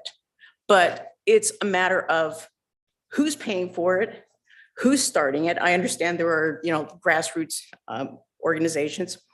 But a question that I actually put to a friend of mine who is an elder is, whose voice do we listen to? Who has the authority to speak on behalf of a particular group or I don't want to say a tribe. I mean, some people are elders. They have earned that title. They have earned that respect. They have, through lived experiences, developed the kind of background and information that essentially makes them approachable. For me, I've been associated with this long before 2015 and the article was published and everything else. I mean, on the peripheral as an ally, because I'm not Indigenous, I have not been impacted. However, people very close to me have been. They are rape survivors. They are residential school survivors. And what they teach me, what they tell me impacts how I view things. One of the most important things is recognizing or getting across to, like, not just Ward 4, because it's a precious place to me, but all the residents of Richmond Hill, exactly what it means for to be treaty people, what impacts it has. It doesn't mean you're going to get booted out of your house. It doesn't mean that somebody's going to set up in your driveway, but it means that once upon a time, many years ago, many moons cross sky,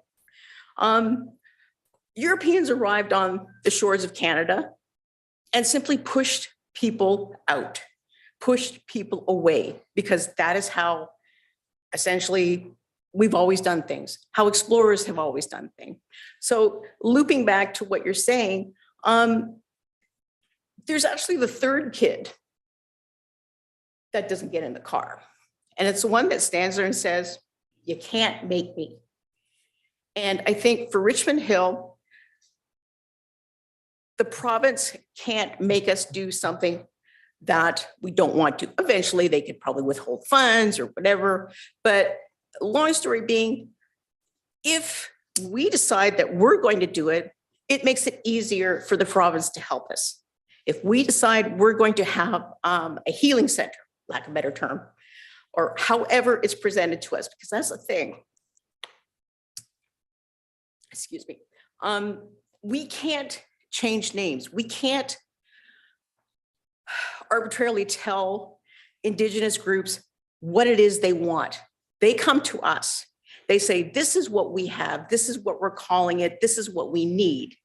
And this is where we need to change a mindset, which is, okay, as Richmond Hill residents, this isn't something we've ordinarily done. We have not designated a specific facility for unique usage, rent-free or whatever. So we have to look at how can we facilitate something like a cultural center, a healing center, meet the responsibilities of truth and reconciliation, but also meet fairness and our responsibilities to the rest of our residents. Thank you. Thank you very much. You're welcome. Okay, anybody else? Okay, thank you very much. That was excellent. Thank you. The next candidate, is Johnny So.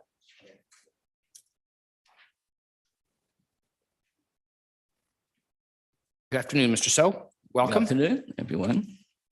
When you're ready, you've got 10 minutes to Okay. make your presentation. All right. Okay, good afternoon, Mayor, Regional Councillor, and all the council and all the staff of Richmond Hill. Thank you all, and all the candidates here.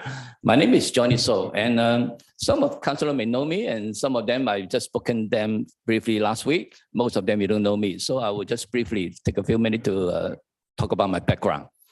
Actually, I went to UK to high school and Sussex University. When I was in doing my study, I have very two good buddies. One is from Cyprus, but he's a Turkish. And the other one is from Persia, and he's from Iran. So my first word is Salam Alaikum, is learned from him. Okay, so what I see is that when we were talking together, at that time we were young, we talk about a lot of things because we're all both foreign students. So we talk about heritage, characteristics, and also the culture. So I'm confident that if I appoint as a Ward 4 councillor, I think I can have a good communication and even a good connection to build up with the Persian resident in Ward 4. Because from my study, I learned that there's about 8% of residents there in Ward 4. So I think I can build a bridge and connection with them. So after the education, I went back to my birthplace, Hong Kong, which maybe some of you already went there. It's a dynamic city. My first job is like most graduate, is work in a financial institute. And I went through all this LC department, fixed deposit, loan department, okay, and the business environment. But the treasure that I really enjoy is the way how they do this custom service and custom relationship. So from that point, I know that myself, I love serving people. I can serve people.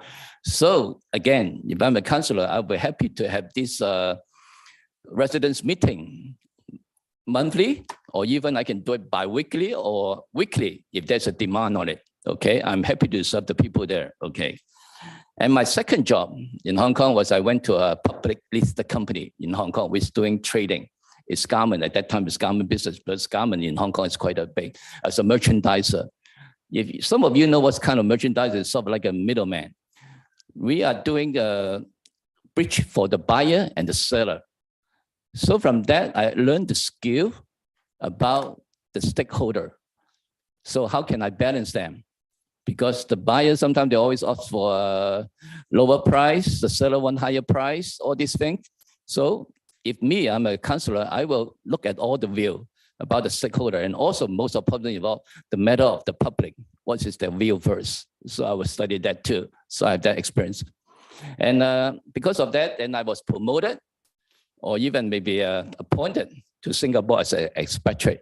So like here, I actually live in Ward 1, okay, councillor, and now I'm in Ward 4, challenging it because there's a vacancy here. I took the opportunity here, okay. So when I was in Singapore, I took over this production factory line. At that time, there's only 100 staff, including office.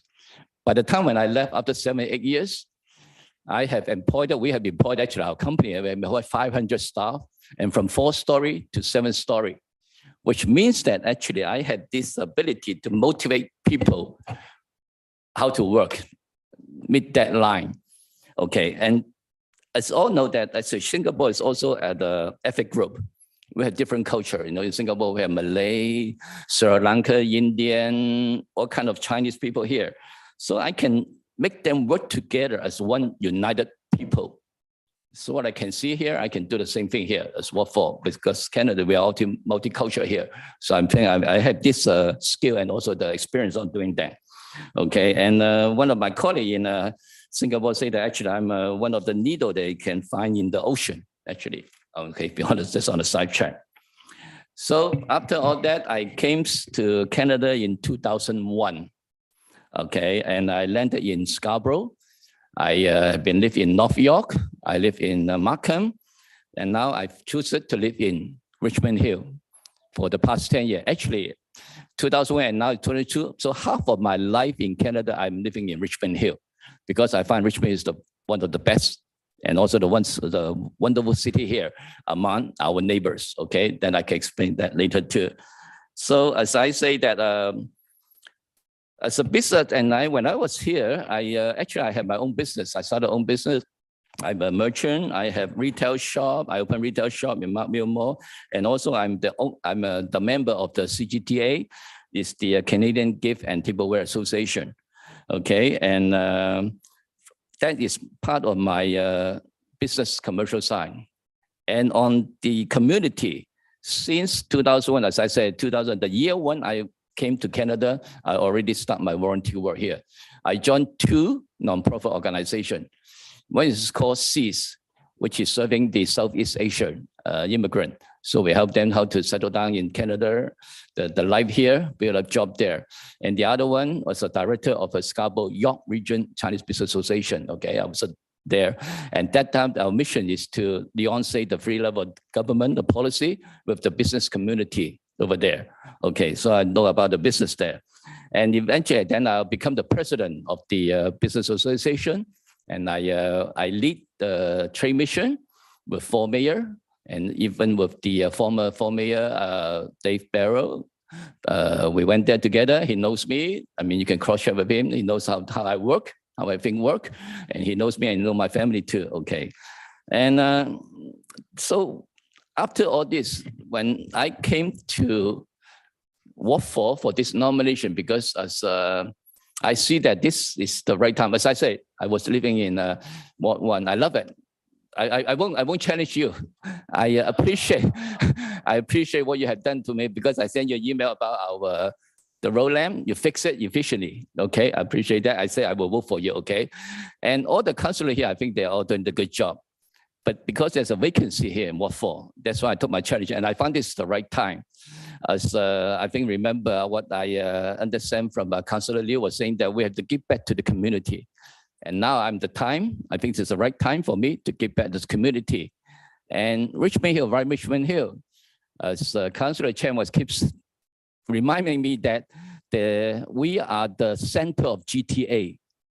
Okay, we have to do something about that. We should do more on that. I can talk. I talked to Tom about the traffic congestion in the north of Major Mac. How we solve that? I have some proposal. I can bring it out later or whatever. And I mean, we can talk about the zero tax. I know Councillor Cho was talking about that, and the red tap. Okay, Councillor Vijay will all talk about that. And what Mayor West was doing in Ward 4, I would like to carry on that too. I like the monarch butterfly.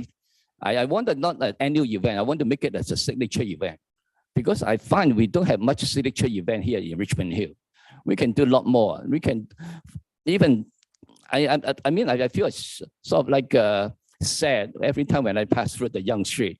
The shop is not open, no demand.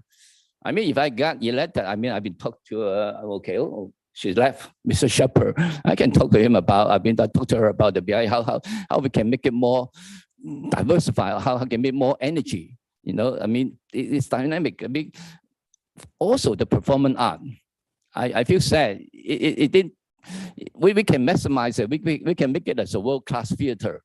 You know, we can have someone, there's a lot of things we can do about it along this stretch.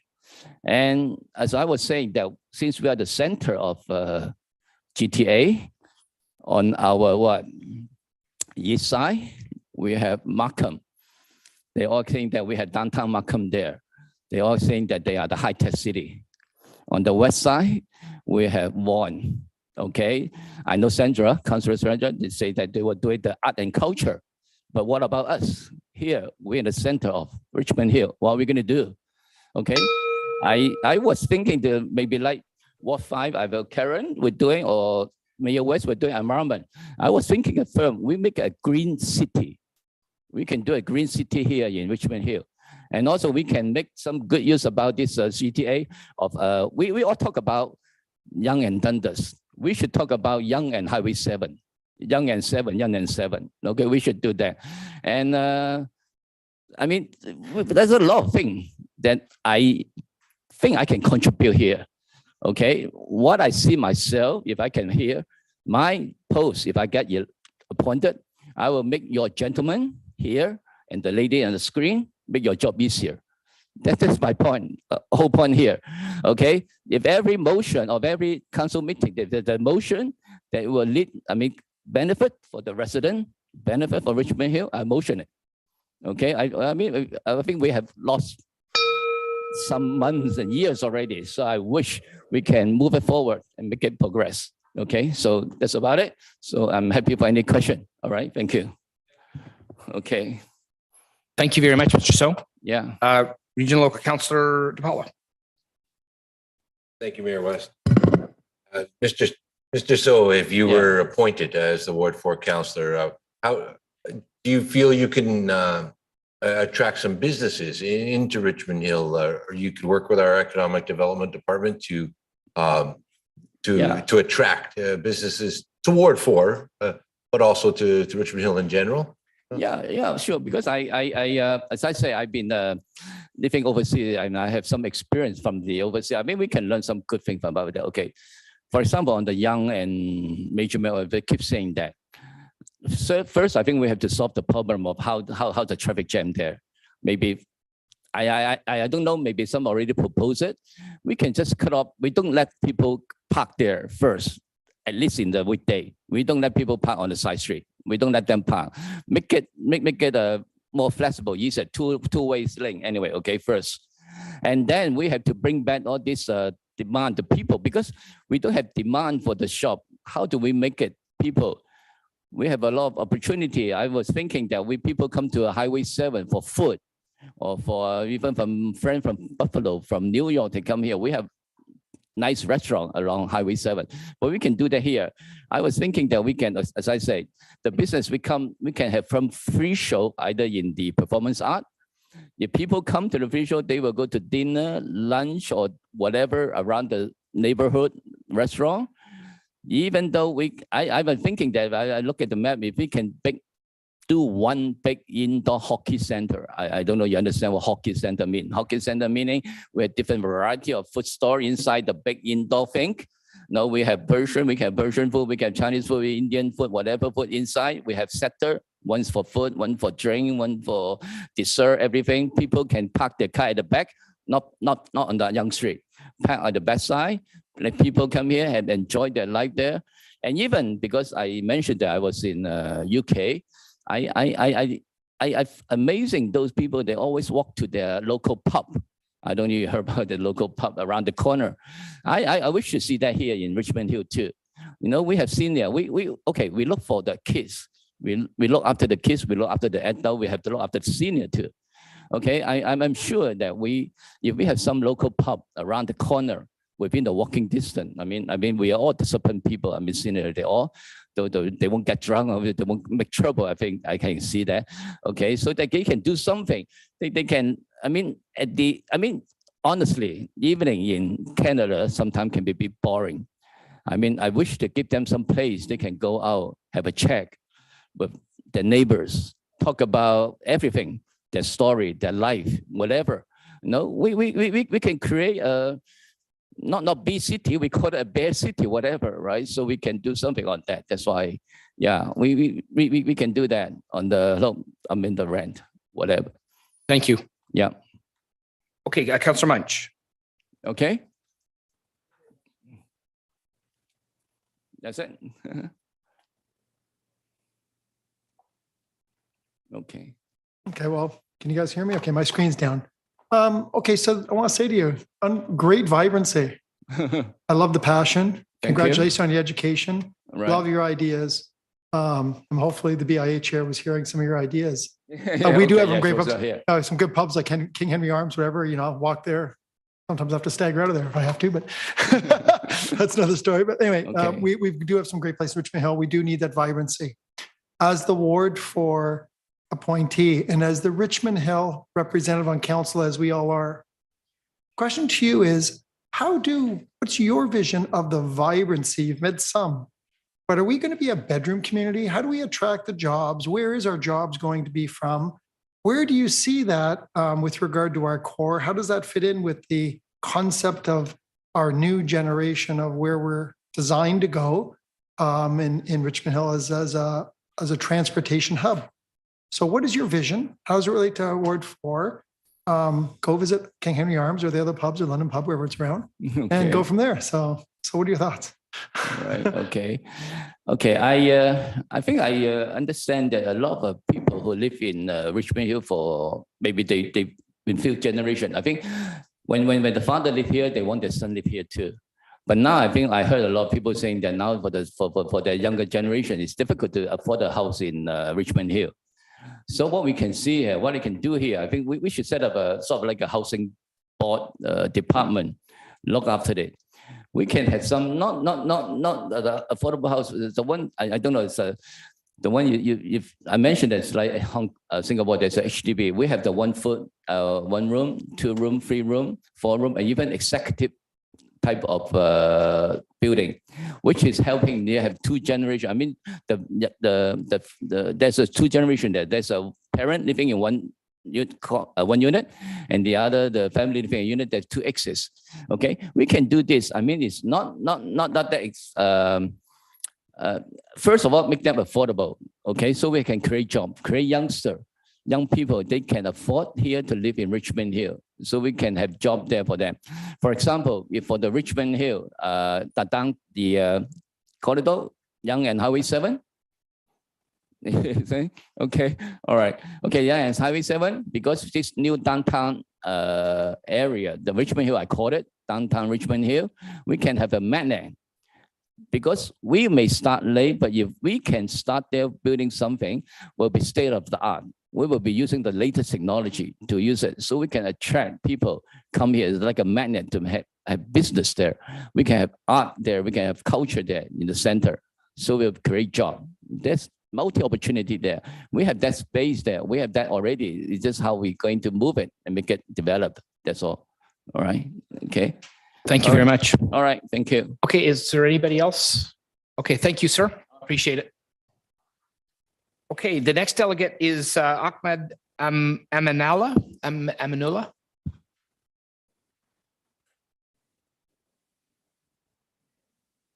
Ahmed Aminullah. Okay, does anybody want to be that person? Okay, seeing none. Do we have any regrets from Mr. Clerk? There's no. Oh, yes, sir, I think you just made it in time. No, that's Mr. West. I'm not Ahmed, but I'm Mike Odesky. I'm Oh. the next person on the list. Well, there you go. You beat me to it. You're so efficient. Check off the efficient box. If I might, Hold on one sec. Mr. Chair, just for the benefit, no, we did not receive any regrets. And certainly the list was communicated out to all candidates. Okay. And they were actually advised that we did not know what time they'd be called at. Okay, thank you. Okay, Mr. Odesky, thank you very much for being here, and thank you for your patience, and to everybody else too, of course. You've got 10 minutes to address council whenever you're ready, sir. Thank you very much, Mr. West. Hello, councillors. My name is Mike. I'd like to tell you first a little bit about me. I grew up in North York. I went to college in my 20s, and by my estimates today, I would say that I was batting below average up until the time when I was roughly 25. I woke up and I really mashed the gas, okay? Over the last 10 years, I got a job at a federal crown corporation, the engineering department, got married.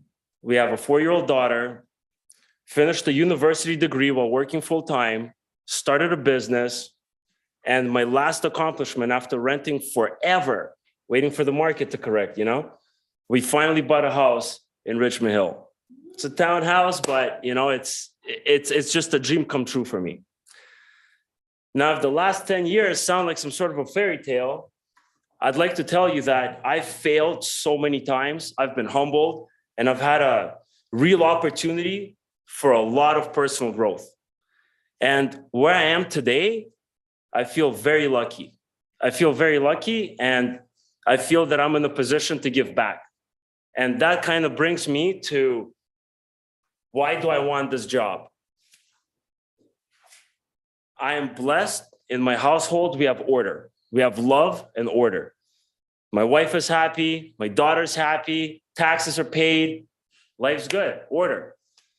My parents, my in-laws, well taken care of. Legal matters, health issues, it never ends, you know? And I welcome the responsibility. At this point now, I can handle more responsibility and I welcome it, okay? Now, the second reason why I want this job is because I really, really like this community.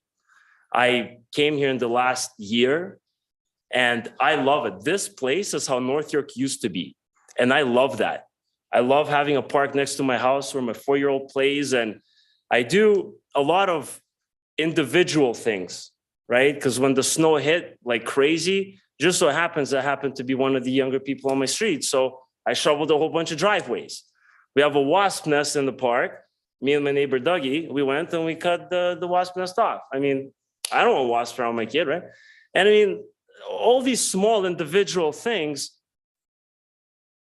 What I find really appealing about this opportunity more than anything is that I get to amplify my understanding of how I think a community is best served, right? So from an individual perspective, where I do these small things, I believe that I can amplify my desire to do good through the council, to scale my understanding of the best way to contribute. Essentially, I'm ready to give back, and I feel very lucky, and I'm ready to give back. So if by any chance I get enough votes today, and I am lucky with the hat, okay, because who knows what it's going to come down to, right?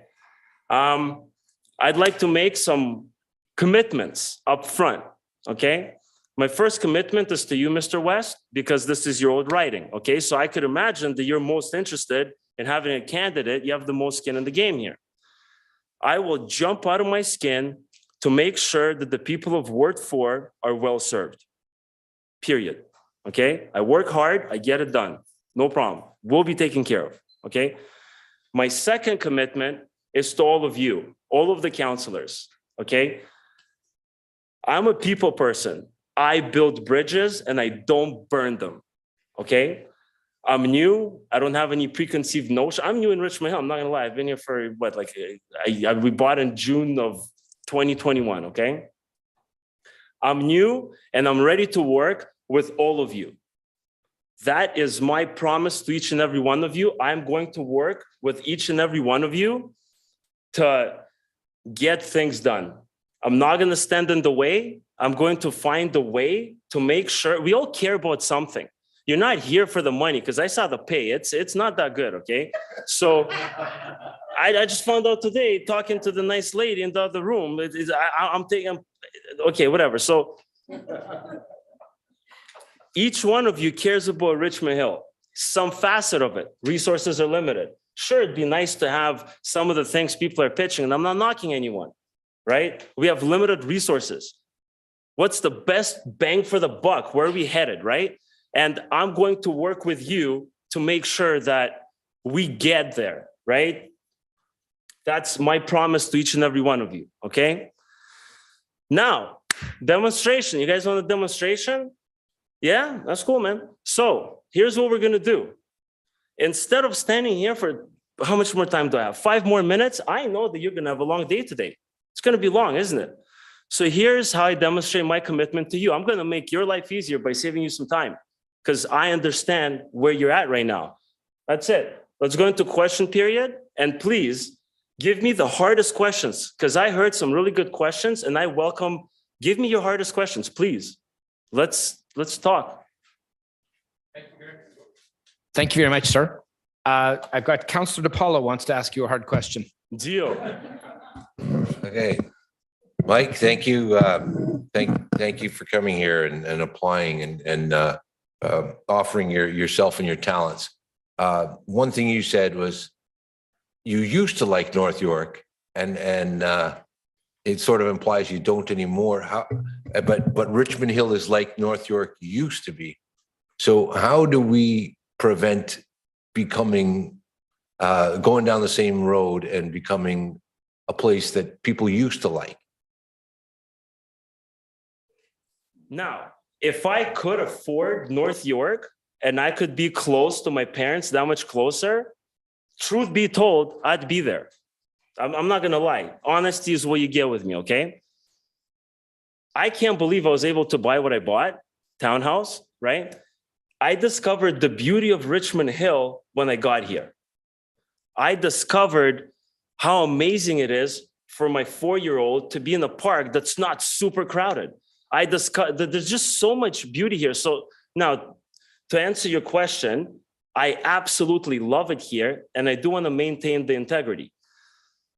At the same time, we have to balance the future interests with the current interests. Long-term versus short-term. How do we keep this city amazing into the future? I believe that you'd have to not be honest to answer that question sincerely, considering there's 7 months of service here, right? So for me to tell you, this is how we do it, how I would approach it, I'd have to talk to the community groups that represent the community. I'd have to use my own thinking. I'd have to ride my bicycle through every single street in Ward 4 to get a real vibe for that area. And then I'd have to talk to each one of you, which have ideas as well. And then we have to build bridges to the provincial government, because what I'm hearing is that the provincial government is trying to stuff something, and I can't say I'm a super fan of what's happening. And at the same time, we're not at war with the provincial government. We need to think, what do they want? What are they trying to achieve? How can we work together in a non-adversarial way, right? Because the moment we say, yeah, we're going to go to war with you, you know, it's like, that's not the way to do it, because we need to tell them, hey, we're your friends. We're going to work with you. Why don't we go this way? What about this? You know, and that's kind of my perspective on things. So I talked a whole bunch. How do we keep it wonderful? By working together, by being honest, taking on some responsibility, and let's do the best for the people that live here now, as well as the people that are going to live here in the future. Thank you, Mr. I don't Odesky. know. I hope that was all right, man. Okay, Councillor Munch. Thank you. I'm going to go on your theme and go back to my initial. So we have 20,000 people a month are coming to the GTA right now, going to 20,500. And last year was the first year that more people left Ontario. And there's a changing of how we're doing it. And we are not providing, we have clearly a supply shortage of housing. In fact, we are the worst in the industrialized world by far, 1.8 million housing units short. So that you came up to Richmond Hill from North York, yeah, and you had the opportunity, and you're really excited to have that opportunity. But there are many people that even today said that my children won't have that opportunity to live in my neighborhood. Is that important to you, that your children have the opportunity to live in your neighborhood? And if so, why? There's nothing more important than family, okay, and community and all these things, right? So you definitely want to stay within proximity to your loved ones. That's huge. Now, realistically, how are we going to make housing affordable? I mean, that's such a lofty goal. The free market's a hell of a thing, right? So I would be more focused on things like, let's say, carving out a place in Richmond Hill that could be used for some sort of an industrial purpose. I mean, I'm here for only 7 months, right? So some of the ideas that I would be kind of thinking about is, what do you want? What have you seen? How can I work with you? Now, if I'm allowed to fantasize about things that I think would be great, being appointed and unelected, so I don't know if I have the faith of the electorate behind me, because they didn't elect me on these promises. So, I mean, I also have to take that into account, right? Some of the things that if I could fantasize, it'd be cool to allocate some land to industries, some industrial complexes that are affordable for like the lady, she was she spoke about allocating space for startups and all these things, allocating units, but not only for software things, but for real things, right? Not just restaurants and bars, but also car mechanic shops, real physical things, right? So that's, if I could fantasize, that'd be great. Thank you very much. Okay, seeing no other questions, thank you, sir. High energy, I appreciate your presentation. Thank you And- very much, yep. gentlemen. And with the last thing I'd like to say is that being new in Richmond Hill, my interaction with Richmond Hill has been amazing. And Thank I you. came under your time here, the garbage removal, compost, recycling, garbage, snow removal, the parks, everything. I absolutely love it here. And thank you very much for your hard work. If we don't have a chance to work together, I still appreciate very much the work that you're doing. I Thank you. salute you. Thank you. Thank you, sir. Thank you very much. Thank you. Okay, the next delegate is Keith Meneses. How am I doing on the pronunciation?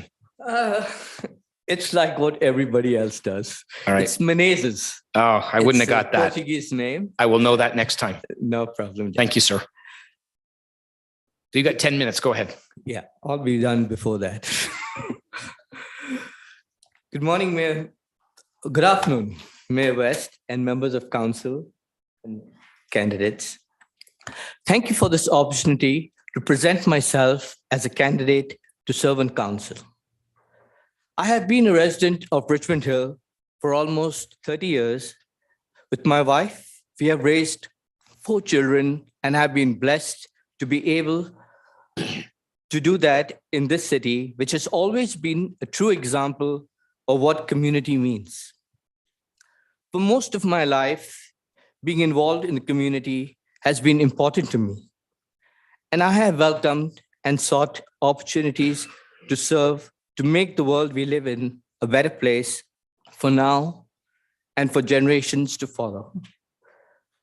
Presently, while volunteering as a member of the Richmond Hill Road Watch Committee, I am also serving as chair of the Human Rights Committee, the United Steelworkers Area Council, and chair of the Equity Committee of the Toronto and York Region Labour Council. I believe that I would be a good candidate to council because I am committed to always working with the members of this council as a team, ensuring that we are truly representing the best interests of the residents of this great city and putting them first. There are many issues that need to be addressed, and we need to do those collectively, with the voice of every resident being heard. Whether this is done through the 13 committees of council or through being out there connecting with our people. I also like to do what the gentleman prior to me did, was cut it short, and I would try and answer some of the questions that I know some of you councillors have been trying to get answers for and ask. I think the most important, what council is facing today is engagement with the people. And we, I think, need to do that by raising the number of committees we have. That in that way, we can get more people engaged. Like, we need to do more on housing. That was the number one thing that caught my eye. We need to do things on climate change. We need to do things with the Indigenous community. There's a lot of racial violence that's going on. And I think if we do form more committees, we can get better input. The other thing is, the many questions that were posted were on housing, about affordable housing. And the backlash that we are getting from the province. Of course, the number one thing to do, I think, would be to negotiate with the province. But if things do not work out, and we are forced to do stuff, we need to look at affordable housing. How do we do that? I think if we are going to put up so many units in town of Richmond Hill, we can try and specify certain materials that we can get a good deal, a good price at. By doing that, also we can kill 2 birds in a stone, is by specifying on materials that are manufactured in our city itself. By doing that, we could even get companies to come and set up shop in Richmond Hill itself. Because when we are talking about so many units, there's a lot of things, and a lot of items that go into every house, from flooring to ceilings, you name it, carpet, everything.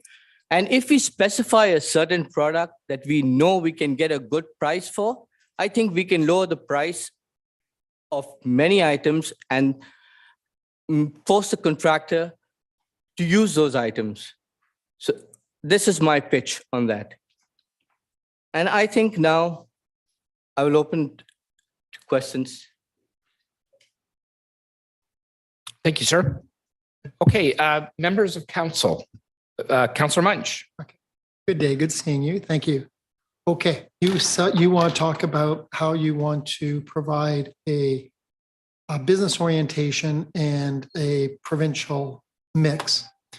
Current cost of land in Richmond Hill starts at $8 million an acre. Right. Anywhere in the core goes to 12 to 14 million. And on Yonge Street, it's $16 million plus. So, and we have zoning guidelines that we're allowed to do today. Say we're allowed to because the province gives us that opportunity that we hope we don't lose. The reason why we might lose it is because the housing affordability report that came out on February 8th and what's taking place in the United States and Maine and Florida has said we are uncompetitive in Ontario. 3 of the least housing municipalities in North America are in Ontario, when we represent 8% of the population. Right. So following your mindset, where you're saying we should provide an industry to come here, when our cost of land, because the way that we've defined to be a bedroom community, if you're a McDonald's, for example, and you're paying more per square foot, it's very hard if your selling price is at a competitive advantage in a high inflationary world where the margins are getting squeezed. So my question to you is that if you want more industry and you were the Ward 4 candidate, would you want the residents to subsidize those businesses that you aspire to deal locally when you regulate them to buy locally? Or are you more of a free market competitive person? A mix of both, I would say.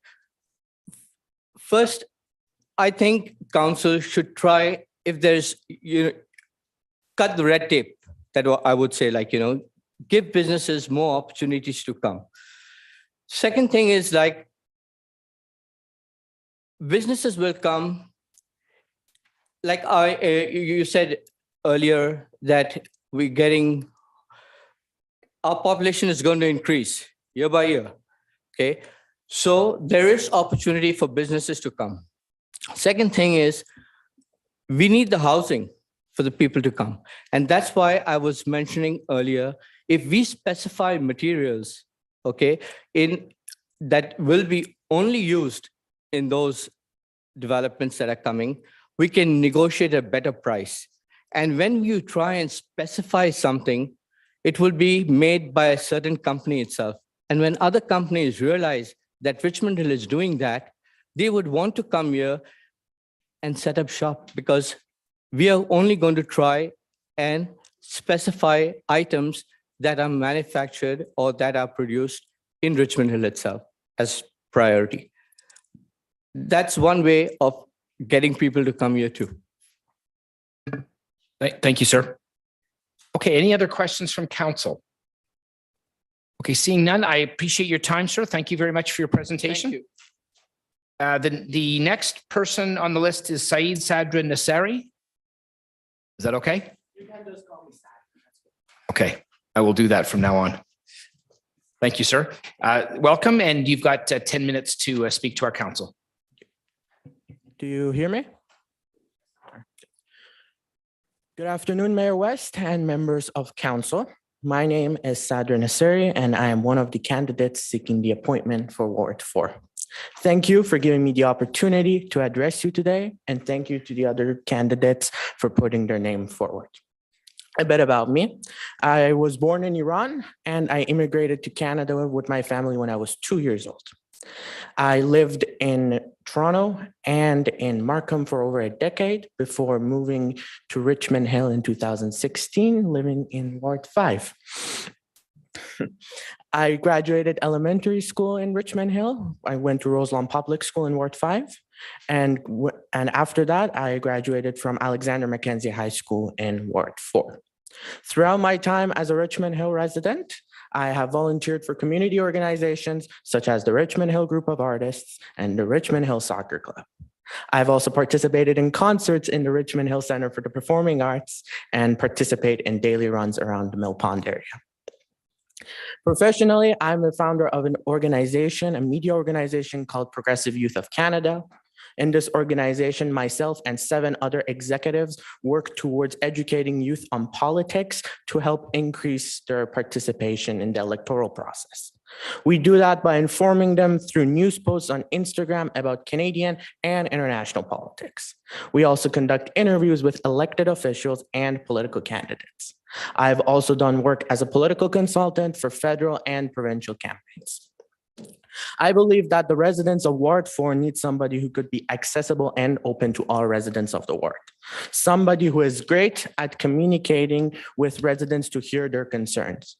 If given the honor of representing the residents of Ward 4, I will strive to be that counselor by responding to all correspondences within a 24-hour time period.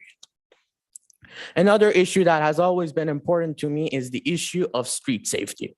Specifically, the issues of our schools having safe crosswalk for the students and our streets having the necessary signs for the safety of our residents and the traffic that passes by.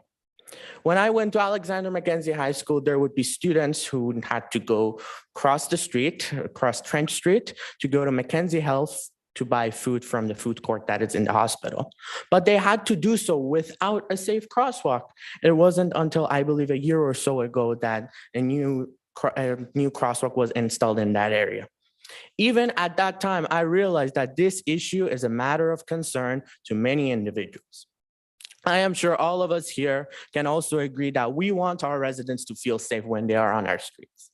Hence why I believe that we need to ensure that through consultations with residents, all streets that lack enough street signs should be able to get it.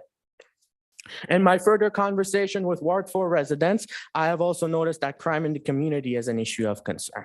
If appointed into council, I would work with our regional councillors, mayor, and the York Region Police to establish new programs and improve existing ones to reduce crime in the community. Another issue that I really care about is the management of our city's finances and the economy. I'm a firm supporter of the council's policy on 0% tax rate increases, as it really helps residents who have faced economic hardship due to the pandemic. Along with that, Richmond Hill needs a plan to create more jobs, as we are a community that is projected to grow over the coming years. We have seen how bringing in companies such as Amazon and Tesla have been effective in creating jobs in the city. Let's do more of that. Finally, I would work with the members of our BIA to create more economic opportunities for the businesses in downtown Richmond Hill that have suffered greatly through the pandemic. I understand that some of you might be skeptical because I'm a young person going for this appointment, but I believe that it's past time that we get young leaders on the municipal level. We young people have the energy and the passion to serve our communities to the best of our ability. I hope I can count on your vote and to be able to work with you to make Richmond Hill a better place to live, work, and play. Thank you very much for your time, and I look forward to hearing your questions. Thank you very much, Sadr. Is there, Councillor Munch? I'll go. All right, I ask everyone, so I'm going to ask you as well. That's all right. So really great. I'm glad to see you there. I think other people in the room will probably share my view that it's good to see you here as well. Thank you for your presentation. Good that you're doing work and outreach, and you're welcomed here, and we're equal. And you actually do have valid concern. And thank you for asking for the vote. Not too many people do that. So my question to you is, as a younger person, what's your vision of Ward 4 and 5 and better Richmond Hill? And where do you see Richmond Hill being in 5 years, 8 years, 10 years? What's your vision? I believe that Richmond Hill as a whole, every single ward from Ward 1 to Ward 6 needs to be a community that brings in younger people. I think it needs to be a community that supports younger people. How can that be done? Number one, let's fix the housing unaffordability crisis. I myself, as a young person, I don't think I can ever own a home in this city because of how expensive it is. That's number one. Number two, let's fix the traffic congestion issue that we have in the city, specifically from Yonge and Major Mac to, I believe, what's that street's name? Yeah, Bernard, that area. I've spoken to Ward 4 residents, and many of them have told me that that's an issue of concern to them. And I'm more than willing to work with you if appointed to fix that issue if necessary, because downtown Richmond Hill, it's both in Ward 2 and Ward 4.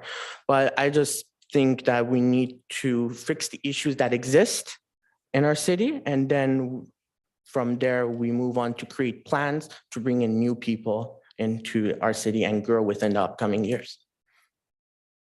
Thank you, sir. Councillor Chan. Thank you. Very nice to meet you, and I appreciate your energy. And I think you said it well in terms of we need involvement, particularly from the youth. I would say at all levels of government.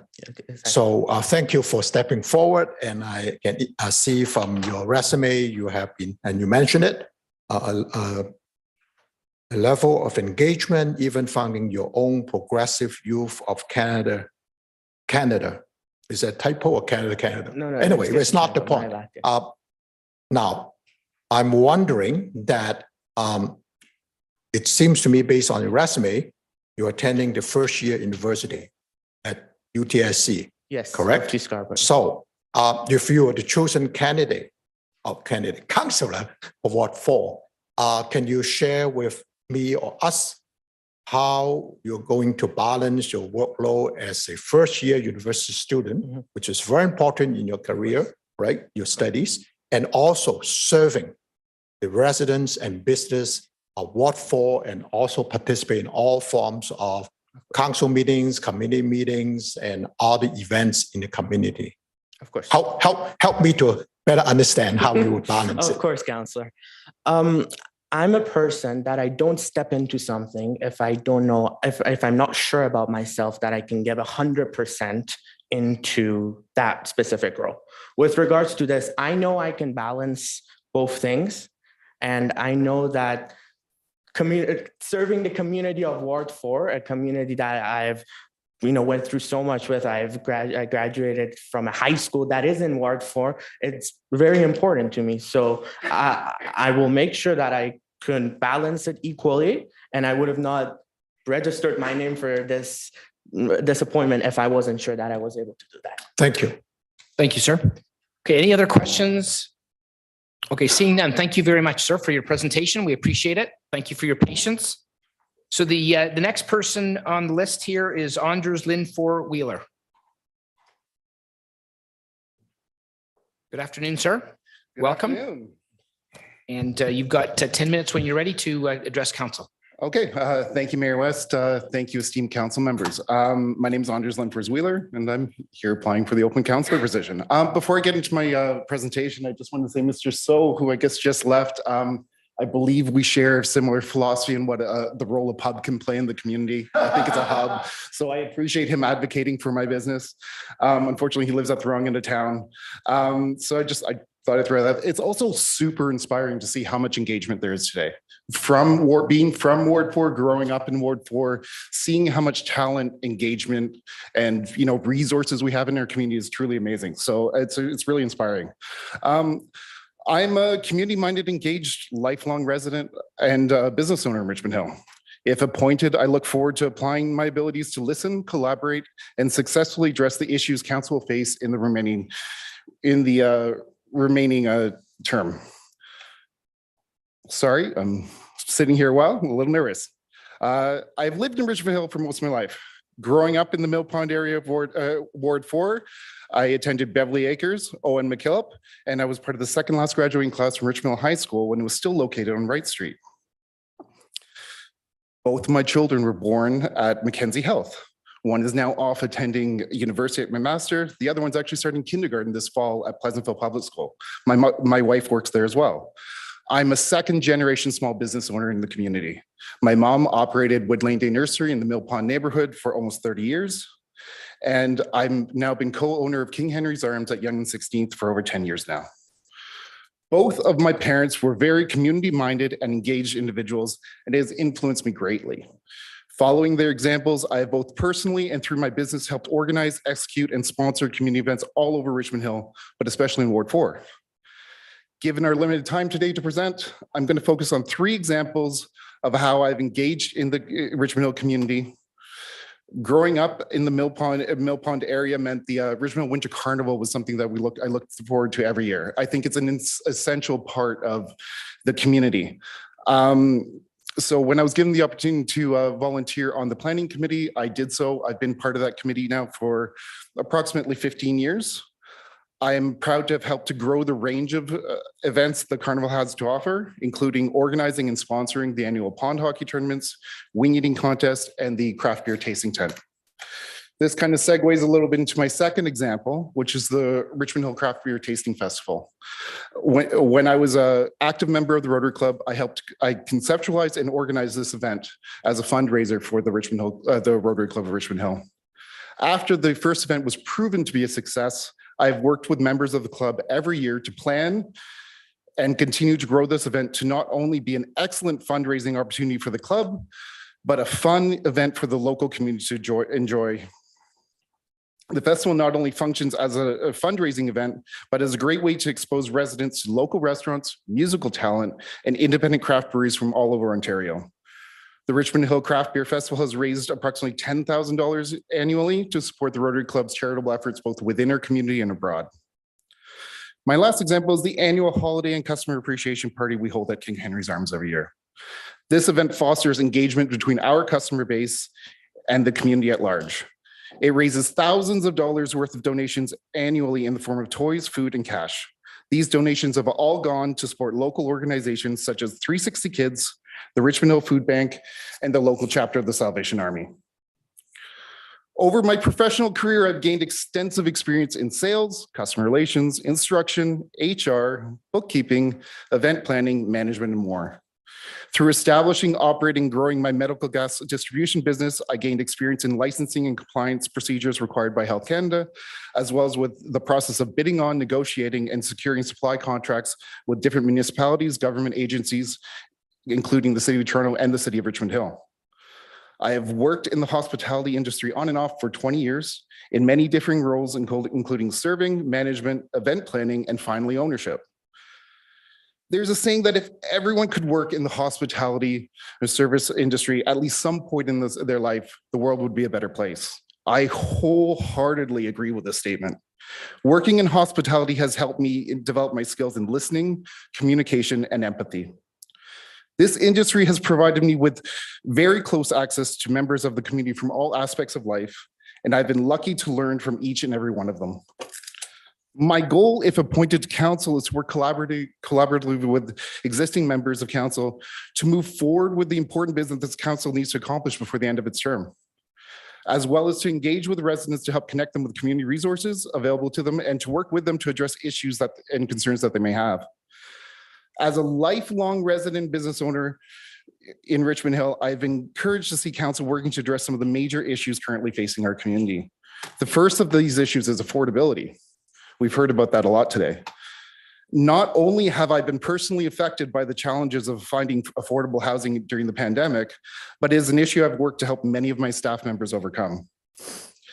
Affordability, I don't believe, is just a housing issue in our community, but an issue also faced by our local businesses. In both cases, it's imperative for council to continue to work towards addressing these issues so that our community can continue to grow and thrive.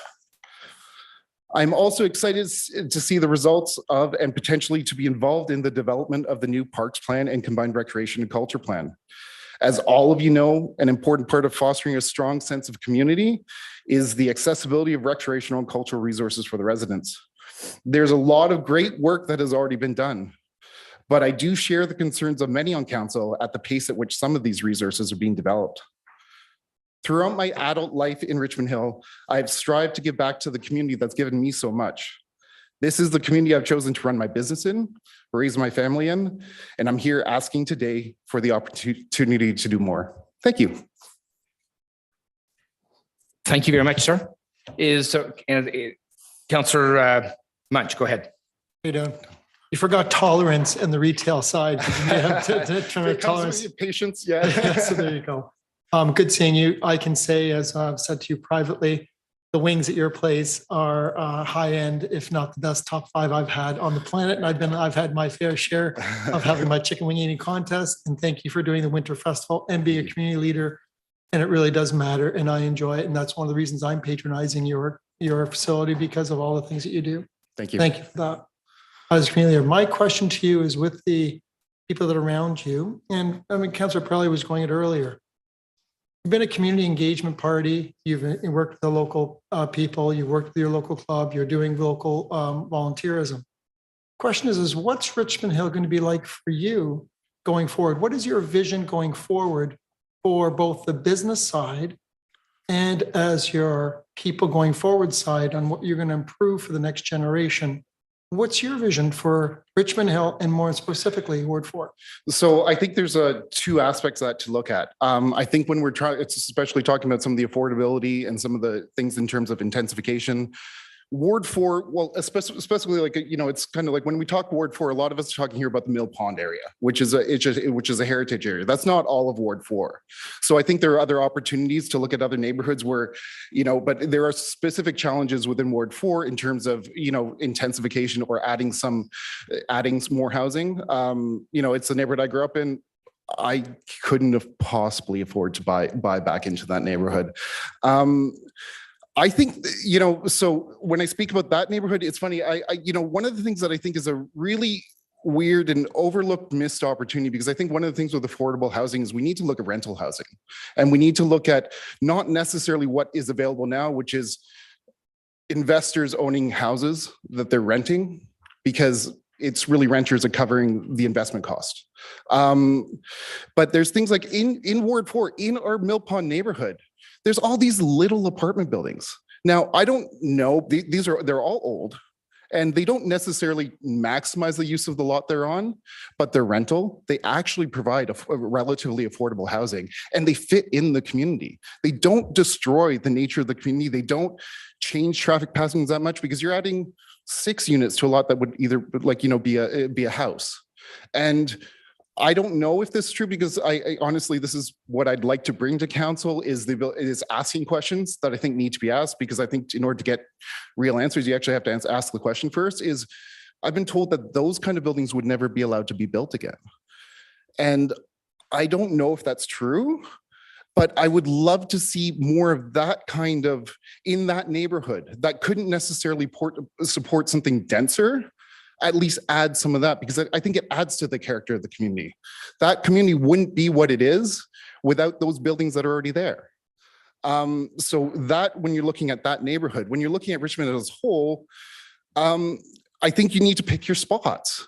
I think it's really important to protect the areas, the undeveloped environmental areas that we still have left, because there aren't that many. But I mean, it's come up here a lot, but let's be honest, Yonge and Highway 7, I realize there's a lot of concerns about the density that's being talked about going in there. But honestly, where else are we going to put it? You know, if we're going to put it where it isn't threatening what we want to call the crown jewel of Richmond Hill, where it can take advantage of all the transit that's there, connecting to so many highways, that's would be my solution of looking at those kind of areas. Is you know, we can't. You've talked a lot about there being a housing deficit of, I think, 1.8 million units. Richmond Hill isn't going to solve that on its own. So, but we can contribute to it, but it will take time. But, you know, the immediate answer, I really look at Highway 7 Yonge, because transit takes time to build and we're not there yet.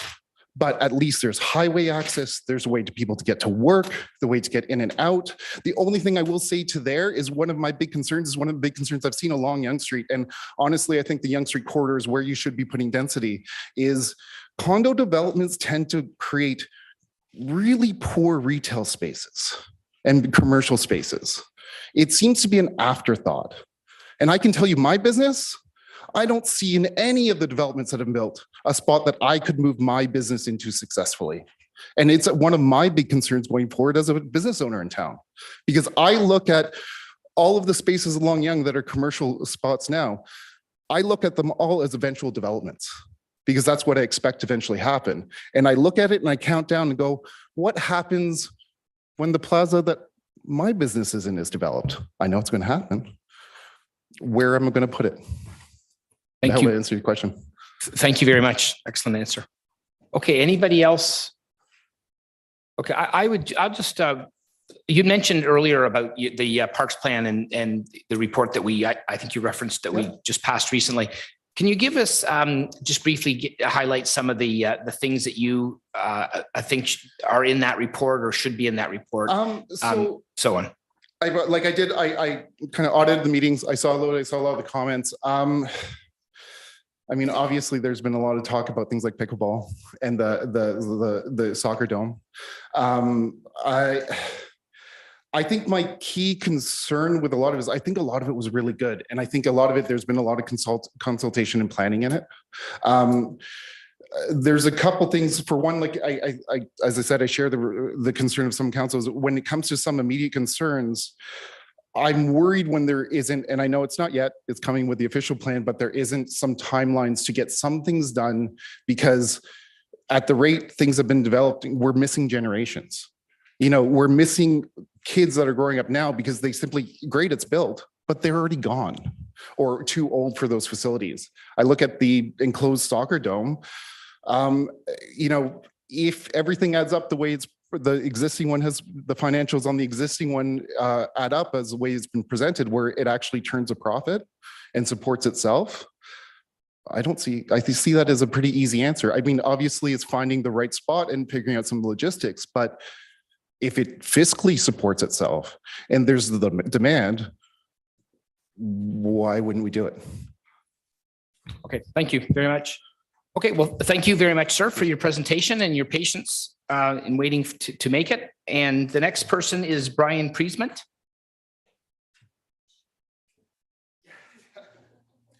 I'm not sure I'm in the right meeting. I was just here to complain about my neighbor's fence. Well, you're close. Anyway, I want to thank you for the opportunity. And I'm sitting here this afternoon listening to everybody. There's a lot of very qualified candidates here. So my goal in being here is to make sure that we have the right candidate that you choose for Ward 4. And very possibly I'm one of those candidates. And I'll tell you, if I was sitting in your spot, what I'd be looking for. My preference is that the person live in Ward 4. I know it's not required. I know you're a counselor for all of Richmond Hill, but what better way to understand and empathize with the needs of the ward with someone that lives in the ward and speaks to people on a daily basis in the ward. Another thing that I'd be looking for is someone who has experience in running a business, and several of the candidates do have running a business. Again, I know that Richmond Hill is the city of Richmond Hill is a business, but a city is not like any other business. However, businesses involve budgeting, collaboration, balance between the needs of business, customers, employees, and critical thinking. And third, the third criteria I'd be looking for sitting in your seat is someone I believe that people need to be paid for their time, but I want someone in this position that sees it as a duty and a sacrifice and not a job or a career, but serving the community. So let me tell you a little bit about who I am and what I bring to the table. My name is Brian Pressman, and I've lived in Richmond Hill for almost 30 years. I've been in Ward 4 for almost 20 years. Graduated from university with a major in mass communications and a minor in political science. My wife and I got married about 20 years ago. We were looking for a place to settle. I grew up in the city, Toronto. And I had a friend, when I went to high school in Toronto, I had a friend who lived up by the promenade. And I remember driving up to his place and thinking, people live up here? And then I got married several years later. And about 30 years ago, my wife and I were looking for our first place just after we got married. And we heard of this place called Richmond Hill. And we drove what felt like driving and driving and driving. And ironically, we landed in Richmond Hill because it was an affordable place to live. And it was the only place we could find that, if we wanted to buy a house that didn't need a complete makeover or spend a lot of money. And at the age of 24, my wife was 22, we bought our first house in Richmond Hill, all on our own. We had to make a lot of sacrifices to make it work. And when it came to move about 20 years ago, we thought about being closer to the city, and we looked at Thornhill, but we decided, we had our kids, everything was established, and we decided Richmond Hill felt like home, and we stayed here. I now have 2 kids in their early 20s, and we're hoping that perhaps one day our kids will want to stay here. And you've heard it from everybody else. There's an affordability issue. One of my girls is graduating this April as a teacher, and hopefully she'll get a job with the York Region Board, and she wants to stay in this area. Who knows if that's likely? I have another daughter who's followed in my entrepreneurial footsteps, and she's got an online business. So I just want to say, as a business owner, I think that I bring a bit of a different perspective to council. When I was about 10 years old, my grandfather said to me, never work for anybody else. That stuck in my head. So I've always had an entrepreneurial mind, and I knew that someday I was going to be in business for myself. And during university, I did have a couple of small businesses. About 20, I graduated university. Actually, what happened was I went to write my GMAT. I was going to get my MBA after graduating with my undergrad degree. And I wrote my GMAT, and with my score, I went to York University, and they said to me, if you had a little bit higher, we'd accept you now. What we want you to do is go get a year's worth of work experience, then come back, and we'll accept you to the program. 30-something years later, I'm still getting my work experience. So I was working for somebody else. And about 22 years ago, I was looking for a change. And I had this idea. I was coming back on a flight from a business meeting, and I started writing a business plan. And with a line of credit, some credit cards, and a lot of luck, I managed to finance a business on my own. I've been doing it for 21 years. And last year, I was recognized by Globe and Mail as having one of the top 500 fastest growing businesses in Canada. So what does this have to do with Richmond Hill Council? Well, I know about being fiscally responsible. My business is quite profitable, debt-free, and growing. I have no outside investors. I know about appeasing clients. I have over 5,000 clients. If you look at my ratings online, I have over 4.6, 4.7 out of 5 review on several different platforms. I know about dealing with employees. I have about 12 employees.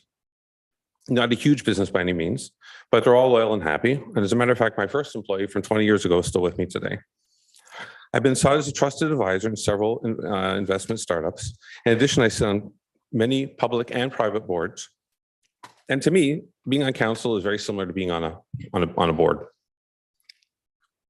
Being in business and sitting on boards, you have to juggle the needs of various stakeholders. You have to do what's best for the corporation and its employees, in this case, the city. You have to make sure you do what's best for the clients while balancing what's best for the shareholders. In this case, they happen to be the same for the most part, which are the citizens of Richmond Hill. I do believe the city is a business, albeit not quite the same. The skill set I would bring would give a different perspective and what I feel is needed. So why am I here? Well, part of another thing that I learned from my parents is that you need to give back. So I started to do that in my career, working with business, working very hard. I've taken some time out to give back. So I've spelled private and public boards. I've been on some nonprofit boards. I've been on the Character Community of York Region. I'm currently the vice chair of the Compensation Committee for the council. I'm currently the chair of Clerical Place of York Region, which is a program for developmentally delayed adults in York Region, which, by the way, despite being kicked hard from the pandemic, was able to weather the storm due to our fiscally responsible policies that we implemented in previous years. I'm not a career politician, not looking to be a career politician. This is a position, not a resume builder for me, that I'm seeking to move. I'm not seeking to move on to a higher office. I want to do my part and give back. This is a continuation of that. I've always been the guy to point out what others have done wrong and other shortcomings in government. I've always been interested in politics. I've been involved in several political campaigns. I've sat on political boards. I've actually been asked to run federally and provincially, to which I declined. That's not for me. However, it's time that I give back in some way, and the opportunity seems right. And getting involved on a local level felt right. Do I have to make some sacrifices to do this? Yes. Am I fully invested in doing this? Yes, 100%. Part of the challenge I have, though, is that being in business and getting involved in these other things, my head has been down and I've been concentrating on what's been going on. Have I been involved in a lot of the issues that are going on in Richmond Hill lately? No. Do I need to get up to speed on that? Yes. And can I do that? Yes. I want Richmond Hill to be a place in the GTA in Canada can be proud of, and a place where my kids can raise a family. And I feel with my input and direction, I can achieve that. Thank you. Thank you very much. Members of council, questions?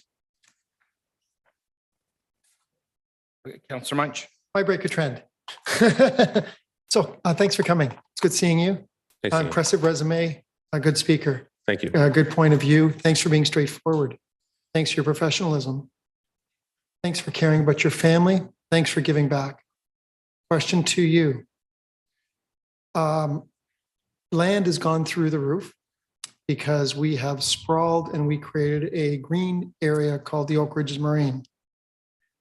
The dream of having a 40, 45, 50-foot lot, the big area, is likely non-existent for the next generation without parental help.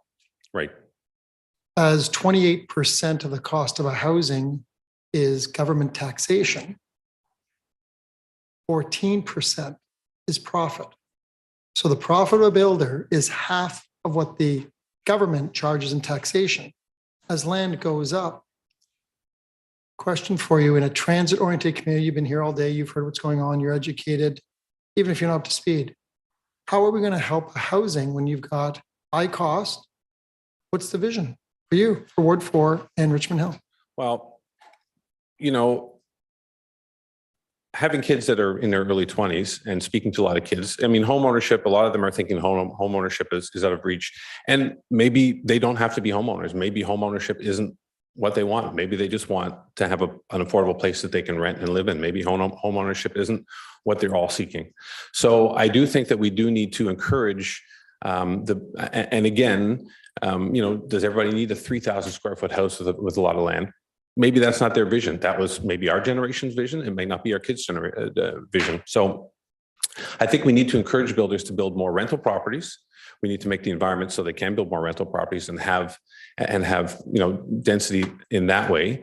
But rental properties that they can be proud of, and rental properties that are long term, not things that they can, you know, not a, you know, part of the challenge that I feel bad for a lot of these kids that work downtown, and they bought these condos downtown that are 600 square feet, and they said, well, you know, I just need a place to put my head, and then boom, the pandemic hit, and these kids are all working from home, and they're stuck in these little, you know, 600 square foot things. So we want decent size accommodation for people that they can afford. And if that's not ownership, I mean, when people talk about affordable housing, it's not necessarily ownership we're talking about. So I think more rental properties and multi-unit rental properties is probably the thing to look at. Thank you. Okay, any other questions?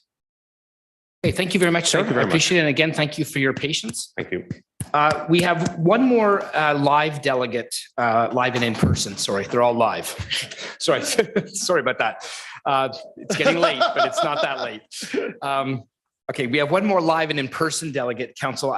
What I'd like, if possible, is to finish with this last delegate, and then we've got 4 electronic delegates. So I'm hearing nothing, and I'm seeing looks. Okay, which is good. So, what's your question? What do you ask?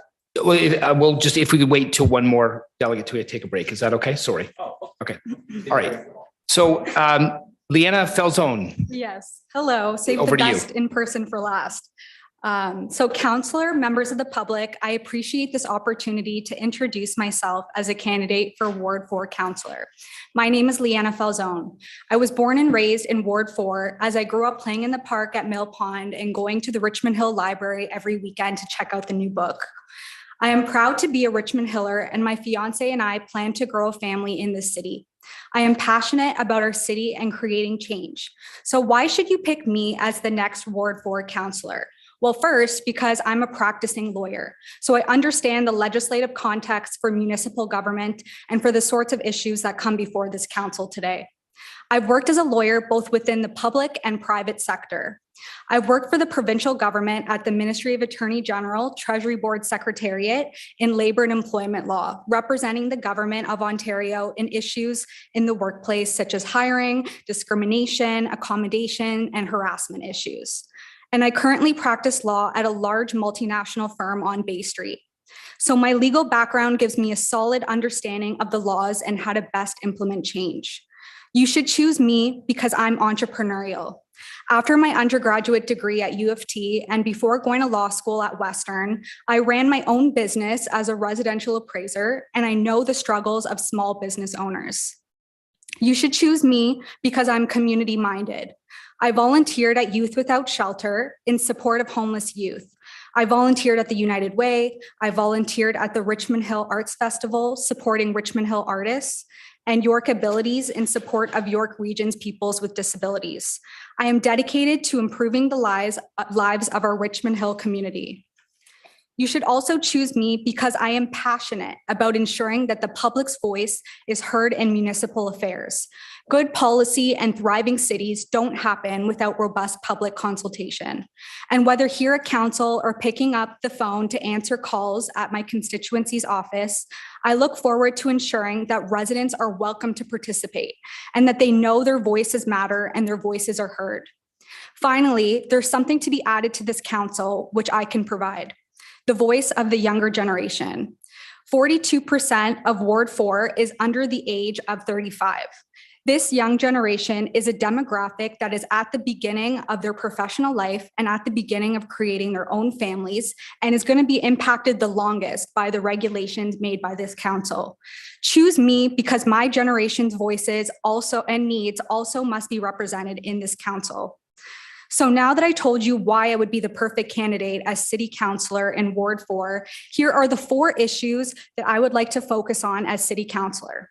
These issues were listed as the key areas of concern for residents in a 2020 survey, which are 1, balancing growth, 2, transportation, 3, affordable housing, and lastly, the environment. I will be focusing on these 4 issues to create meaningful change that matters the most to our residents. The first issue I would like to focus on is balancing growth. I'm excited about the expected 20% population growth we expect in Richmond Hill over the next 10 years. We have huge opportunities with the influx of multinational companies such as Amazon. And I look forward to attracting more businesses to promote new jobs, spin-off benefits for local businesses, and a more vibrant city. An important part of growth is also innovation. As a former entrepreneur, I appreciate the hurdles small businesses have to overcome. COVID showed us how much we can accomplish and change quickly to support local businesses. I saw it in action when I volunteered for the Richmond Hill Arts Festival, which supports and promotes our local artists and their small businesses. We have a lot of innovative ideas in this community, and we need to harness those ideas, big and small, even when we're not in a crisis like COVID, by developing innovation centers and promoting startups and small businesses. As part of balancing growth, this leads me to my second issue, which is transportation. 2/3 of Richmond Hill residents commute. And as soon as working from home due to COVID is over, I will be back with everyone else, driving all the way to the Richmond Hill GO station and taking the GO all the way to Union. We know that ensuring seamless movement within Richmond Hill and between our cities and the rest of the GTA is a must, as transportation is essential for growth in cities. We can do this by continuing to advocate for the Yonge North subway extension, improving the GO station and bus services, ensuring the roads are maintained, and making sure that snow cleaning is effective as it should be. These changes are essential to connecting the city and driving economic growth, job creation, and housing opportunities. Further, we must nail down the official plan update, which will guide our growth and development into the future. And it is very important that the public is involved in this process. There is a lot we can improve on to make Richmond Hill the centerpiece of York Region. The third issue is affordable housing. The average detached home in Richmond Hill is $1 million. Many of my friends who grew up in Richmond Hill are now living outside of the GTA because buying houses in Richmond Hill is out of reach. And when members of my generation have to move out of the city, that's a loss of vitality and economic potential. We need to ensure development meets the needs of younger generations so that they don't have to leave. And the development meets the needs of older generations as they are retiring and downsizing. And they also need to have affordable as well as accessible living options. I mention accessibility because it's an issue near and dear to my heart. I volunteered for York Abilities organization who advocate for accessibility. And I've done a lot of workplace accommodations while at the Ministry of Attorney General. So I understand the diverse needs of Richmond Hill's population when it comes to housing. I'm looking forward to the update of the official plan so that we can have more affordable, sustainable, and social housing.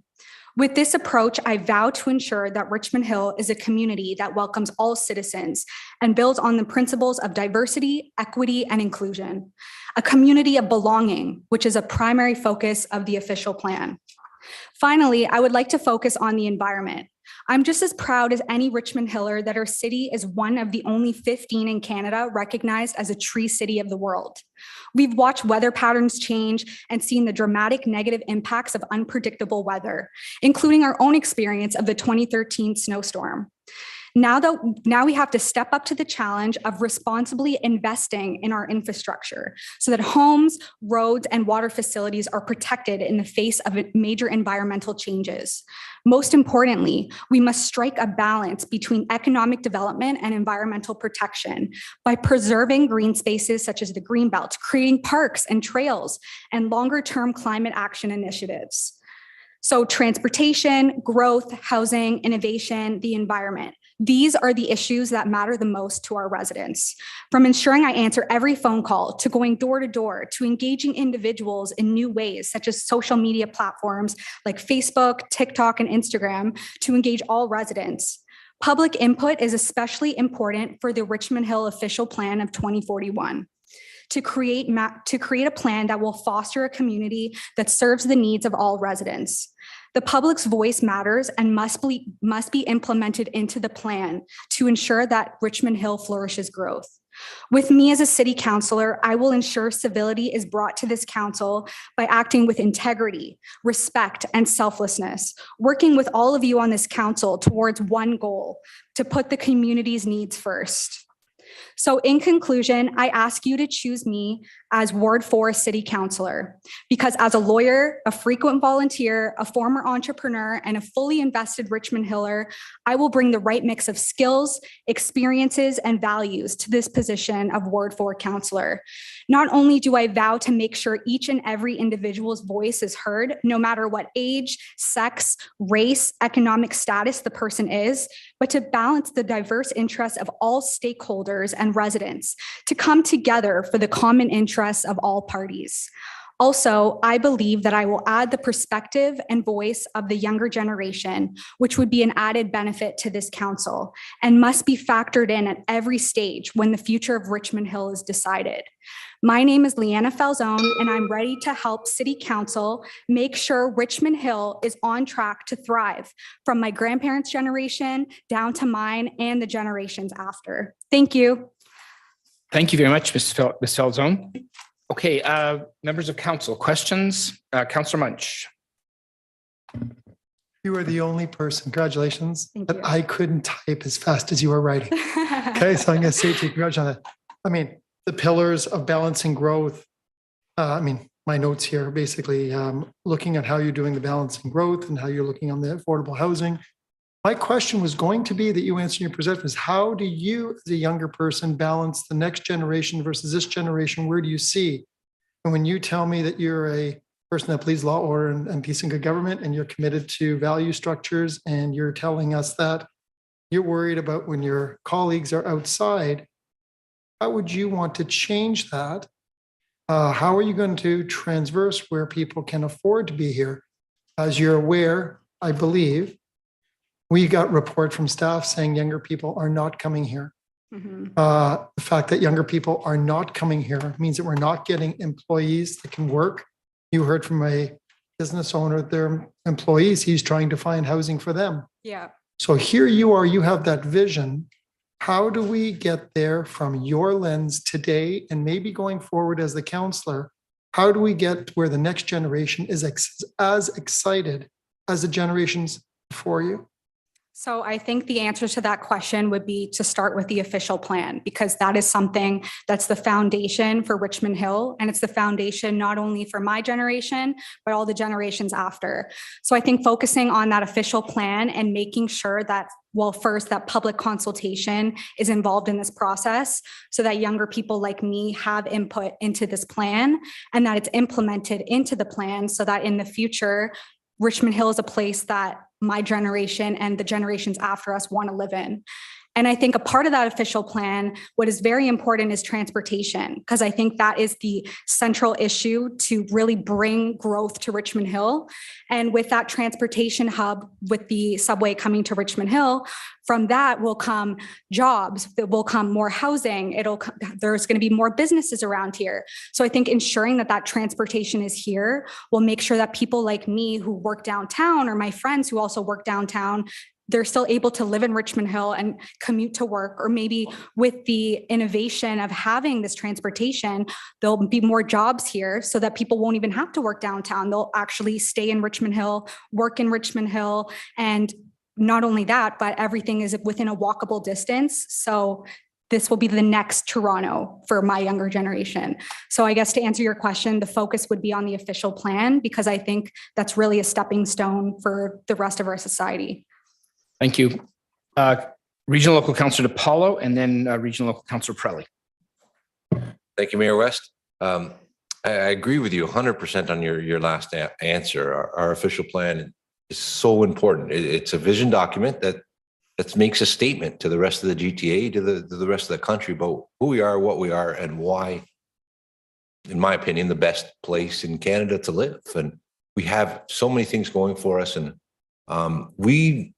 this term of council have outlined that exciting vision. We've had a 2-year public process. We've got people together, and we've taken that vision out, but it's hard to get buy-in for the entire Richmond Hill community. So if you were appointed this evening as the Ward 4 councillor, and you brought that spark and that vision and wanted to create that city that under 35s want to gravitate to, how would you communicate to the Richmond Hill population why you should be reelected?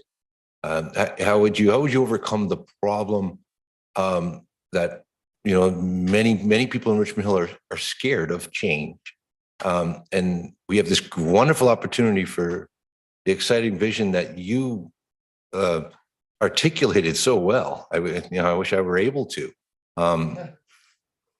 Do you feel confident, or I'd just like to hear your thoughts on how you think you could communicate that to, for your 30 and 40-year residents who are maybe a little apprehensive about our city changing in the way you're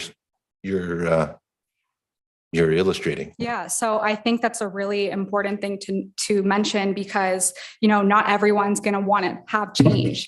I've been in Richmond Hill for my whole life, and I've seen Richmond Hill change throughout the years. So not every single person's going to like every single thing that happens.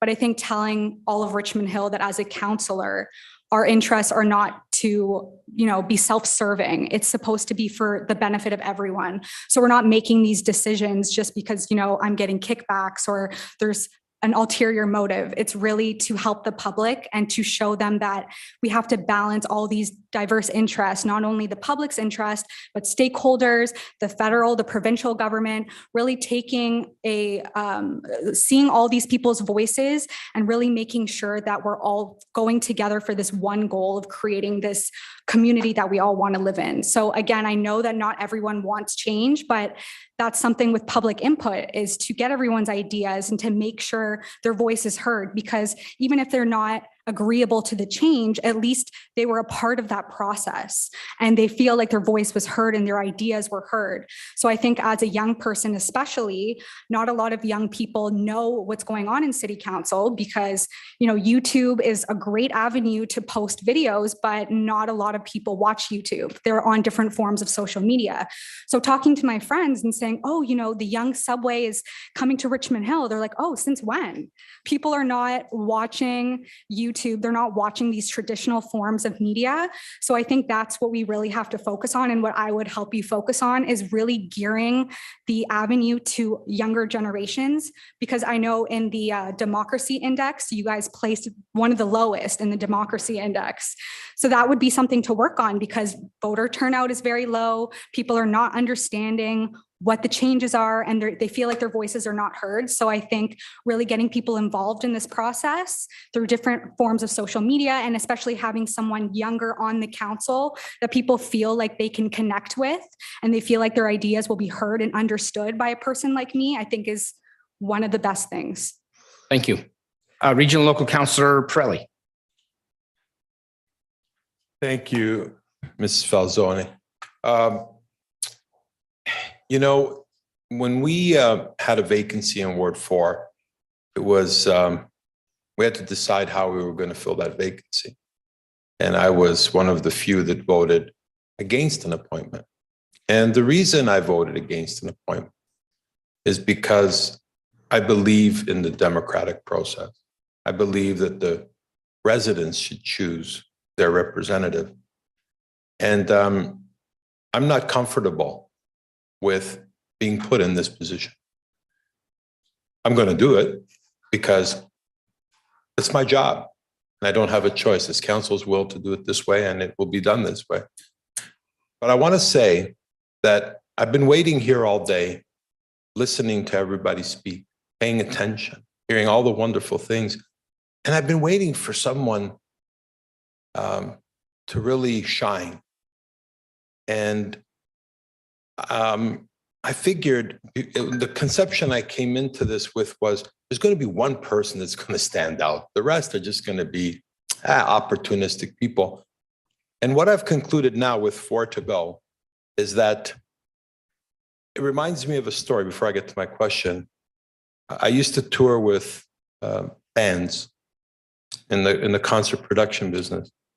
And one evening, U2, the band, not YouTube, the video people, U2, the band, was playing. And while they were playing the song, Bono asked the audience members if somebody could play guitar as good as The Edge. And they pulled, this was not rigged, they pulled person out of the audience, came up on stage, replaced the guitar player, and continued the song. And you could discern no difference. They replaced every single member of the band. Hold on. Then, and still you couldn't tell anything except for Bono. Then they replaced Bono. And it was a woman that came up, and you could tell the difference, and she wasn't a very good singer. So they replaced it with a man. And if you closed your eyes and didn't look, you could not tell the difference. It was astonishing. And the reason I say this is because out of all of you here today, I, as probably the longest consecutive person living in Richmond Hill, been here 44 years, I would feel very comfortable if all 8 of us left, resigned right now, and we picked 9 of you at random, I would feel comfortable that Richmond Hill would be properly served. Saying that, our decision is going to be very, very difficult. We have to pick one.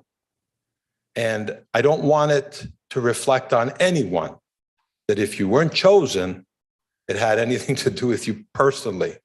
It's just that, unfortunately, I only have one choice. So I want to thank everybody that's endured this whole day. Put yourself forward.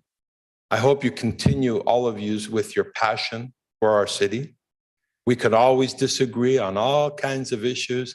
And I think the young man said it well, that, we come here, we fight. It sounds like 2.5 hours to approve the agenda, but that is the democratic process, because the alternative of everybody getting along, whoa, that's scary.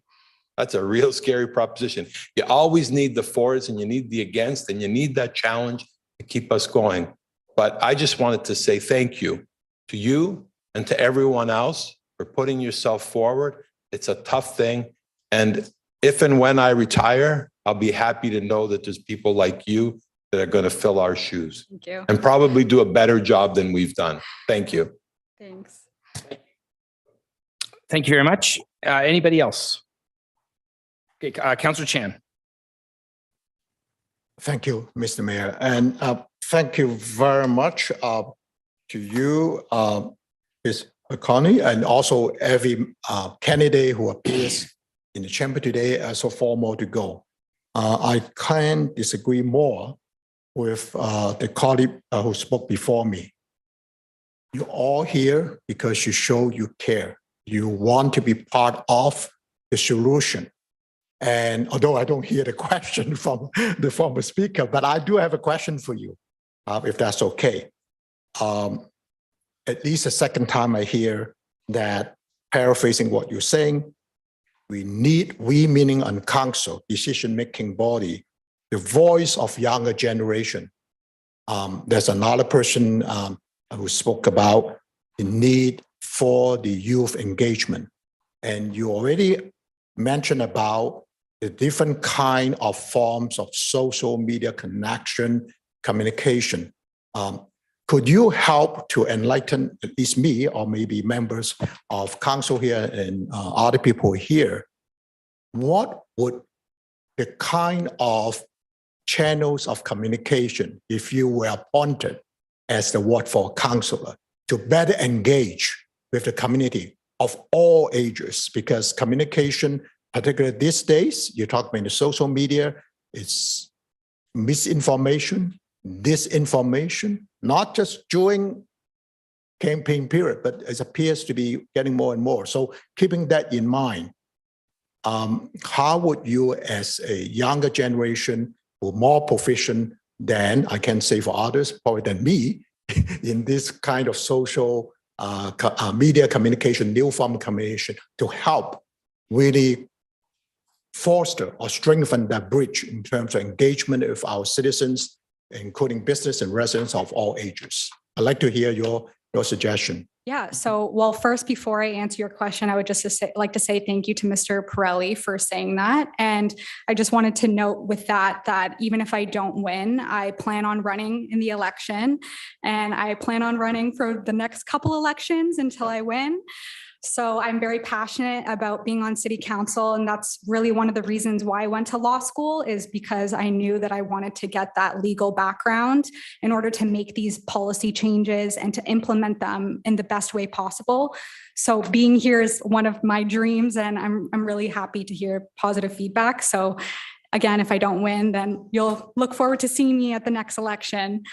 So to answer your question, I think this is a really multifaceted question, because there's different people that we have to engage.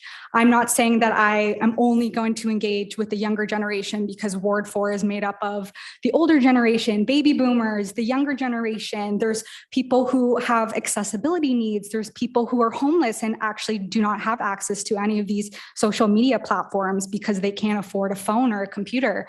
So I think it's not a one size fit all approach. And I think what we would have to do is really look at the different generations and see what best works for them.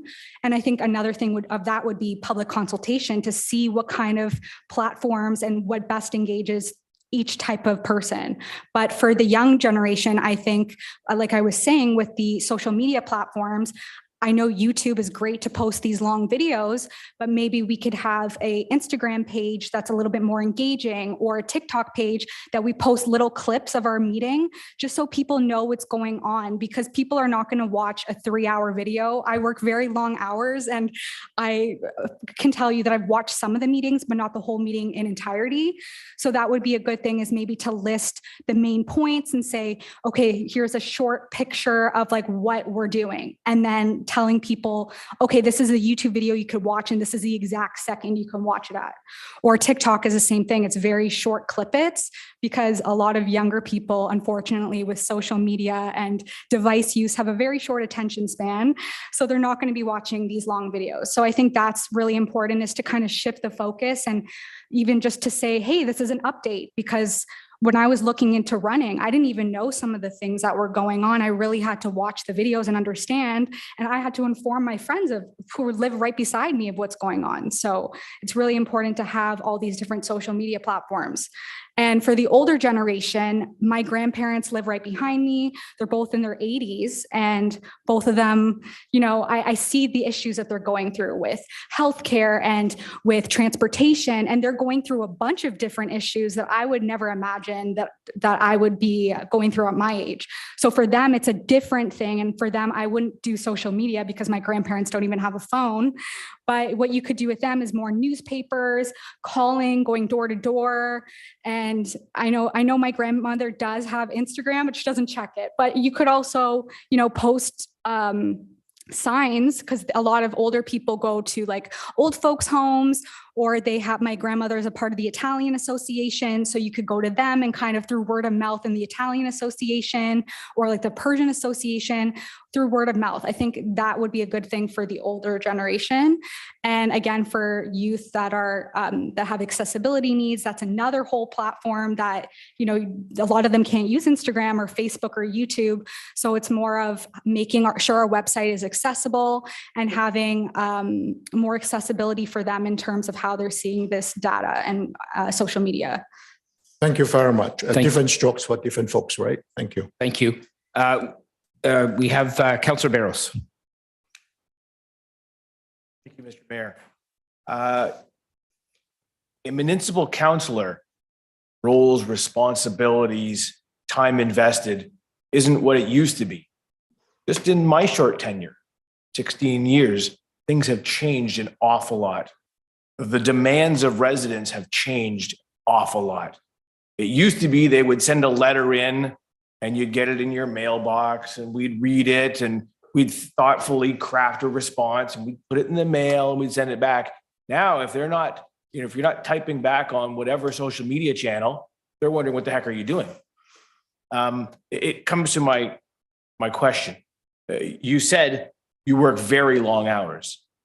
So is this going to be a side hustle for you, or are you putting your legal office on pause while you dedicate the time to the residents in this high pace, very demanding environment? So that's a very good question. And again, as I said, my whole life I've dreamed of being in municipal politics. So I think this would go above all other considerations, and I'd be willing to quit my job because this for me was the full-time job and it was the goal. So I wanted to go to law school to gain practical experience. And that's why I worked at the government, which again is a public interest job and would help me lead to this.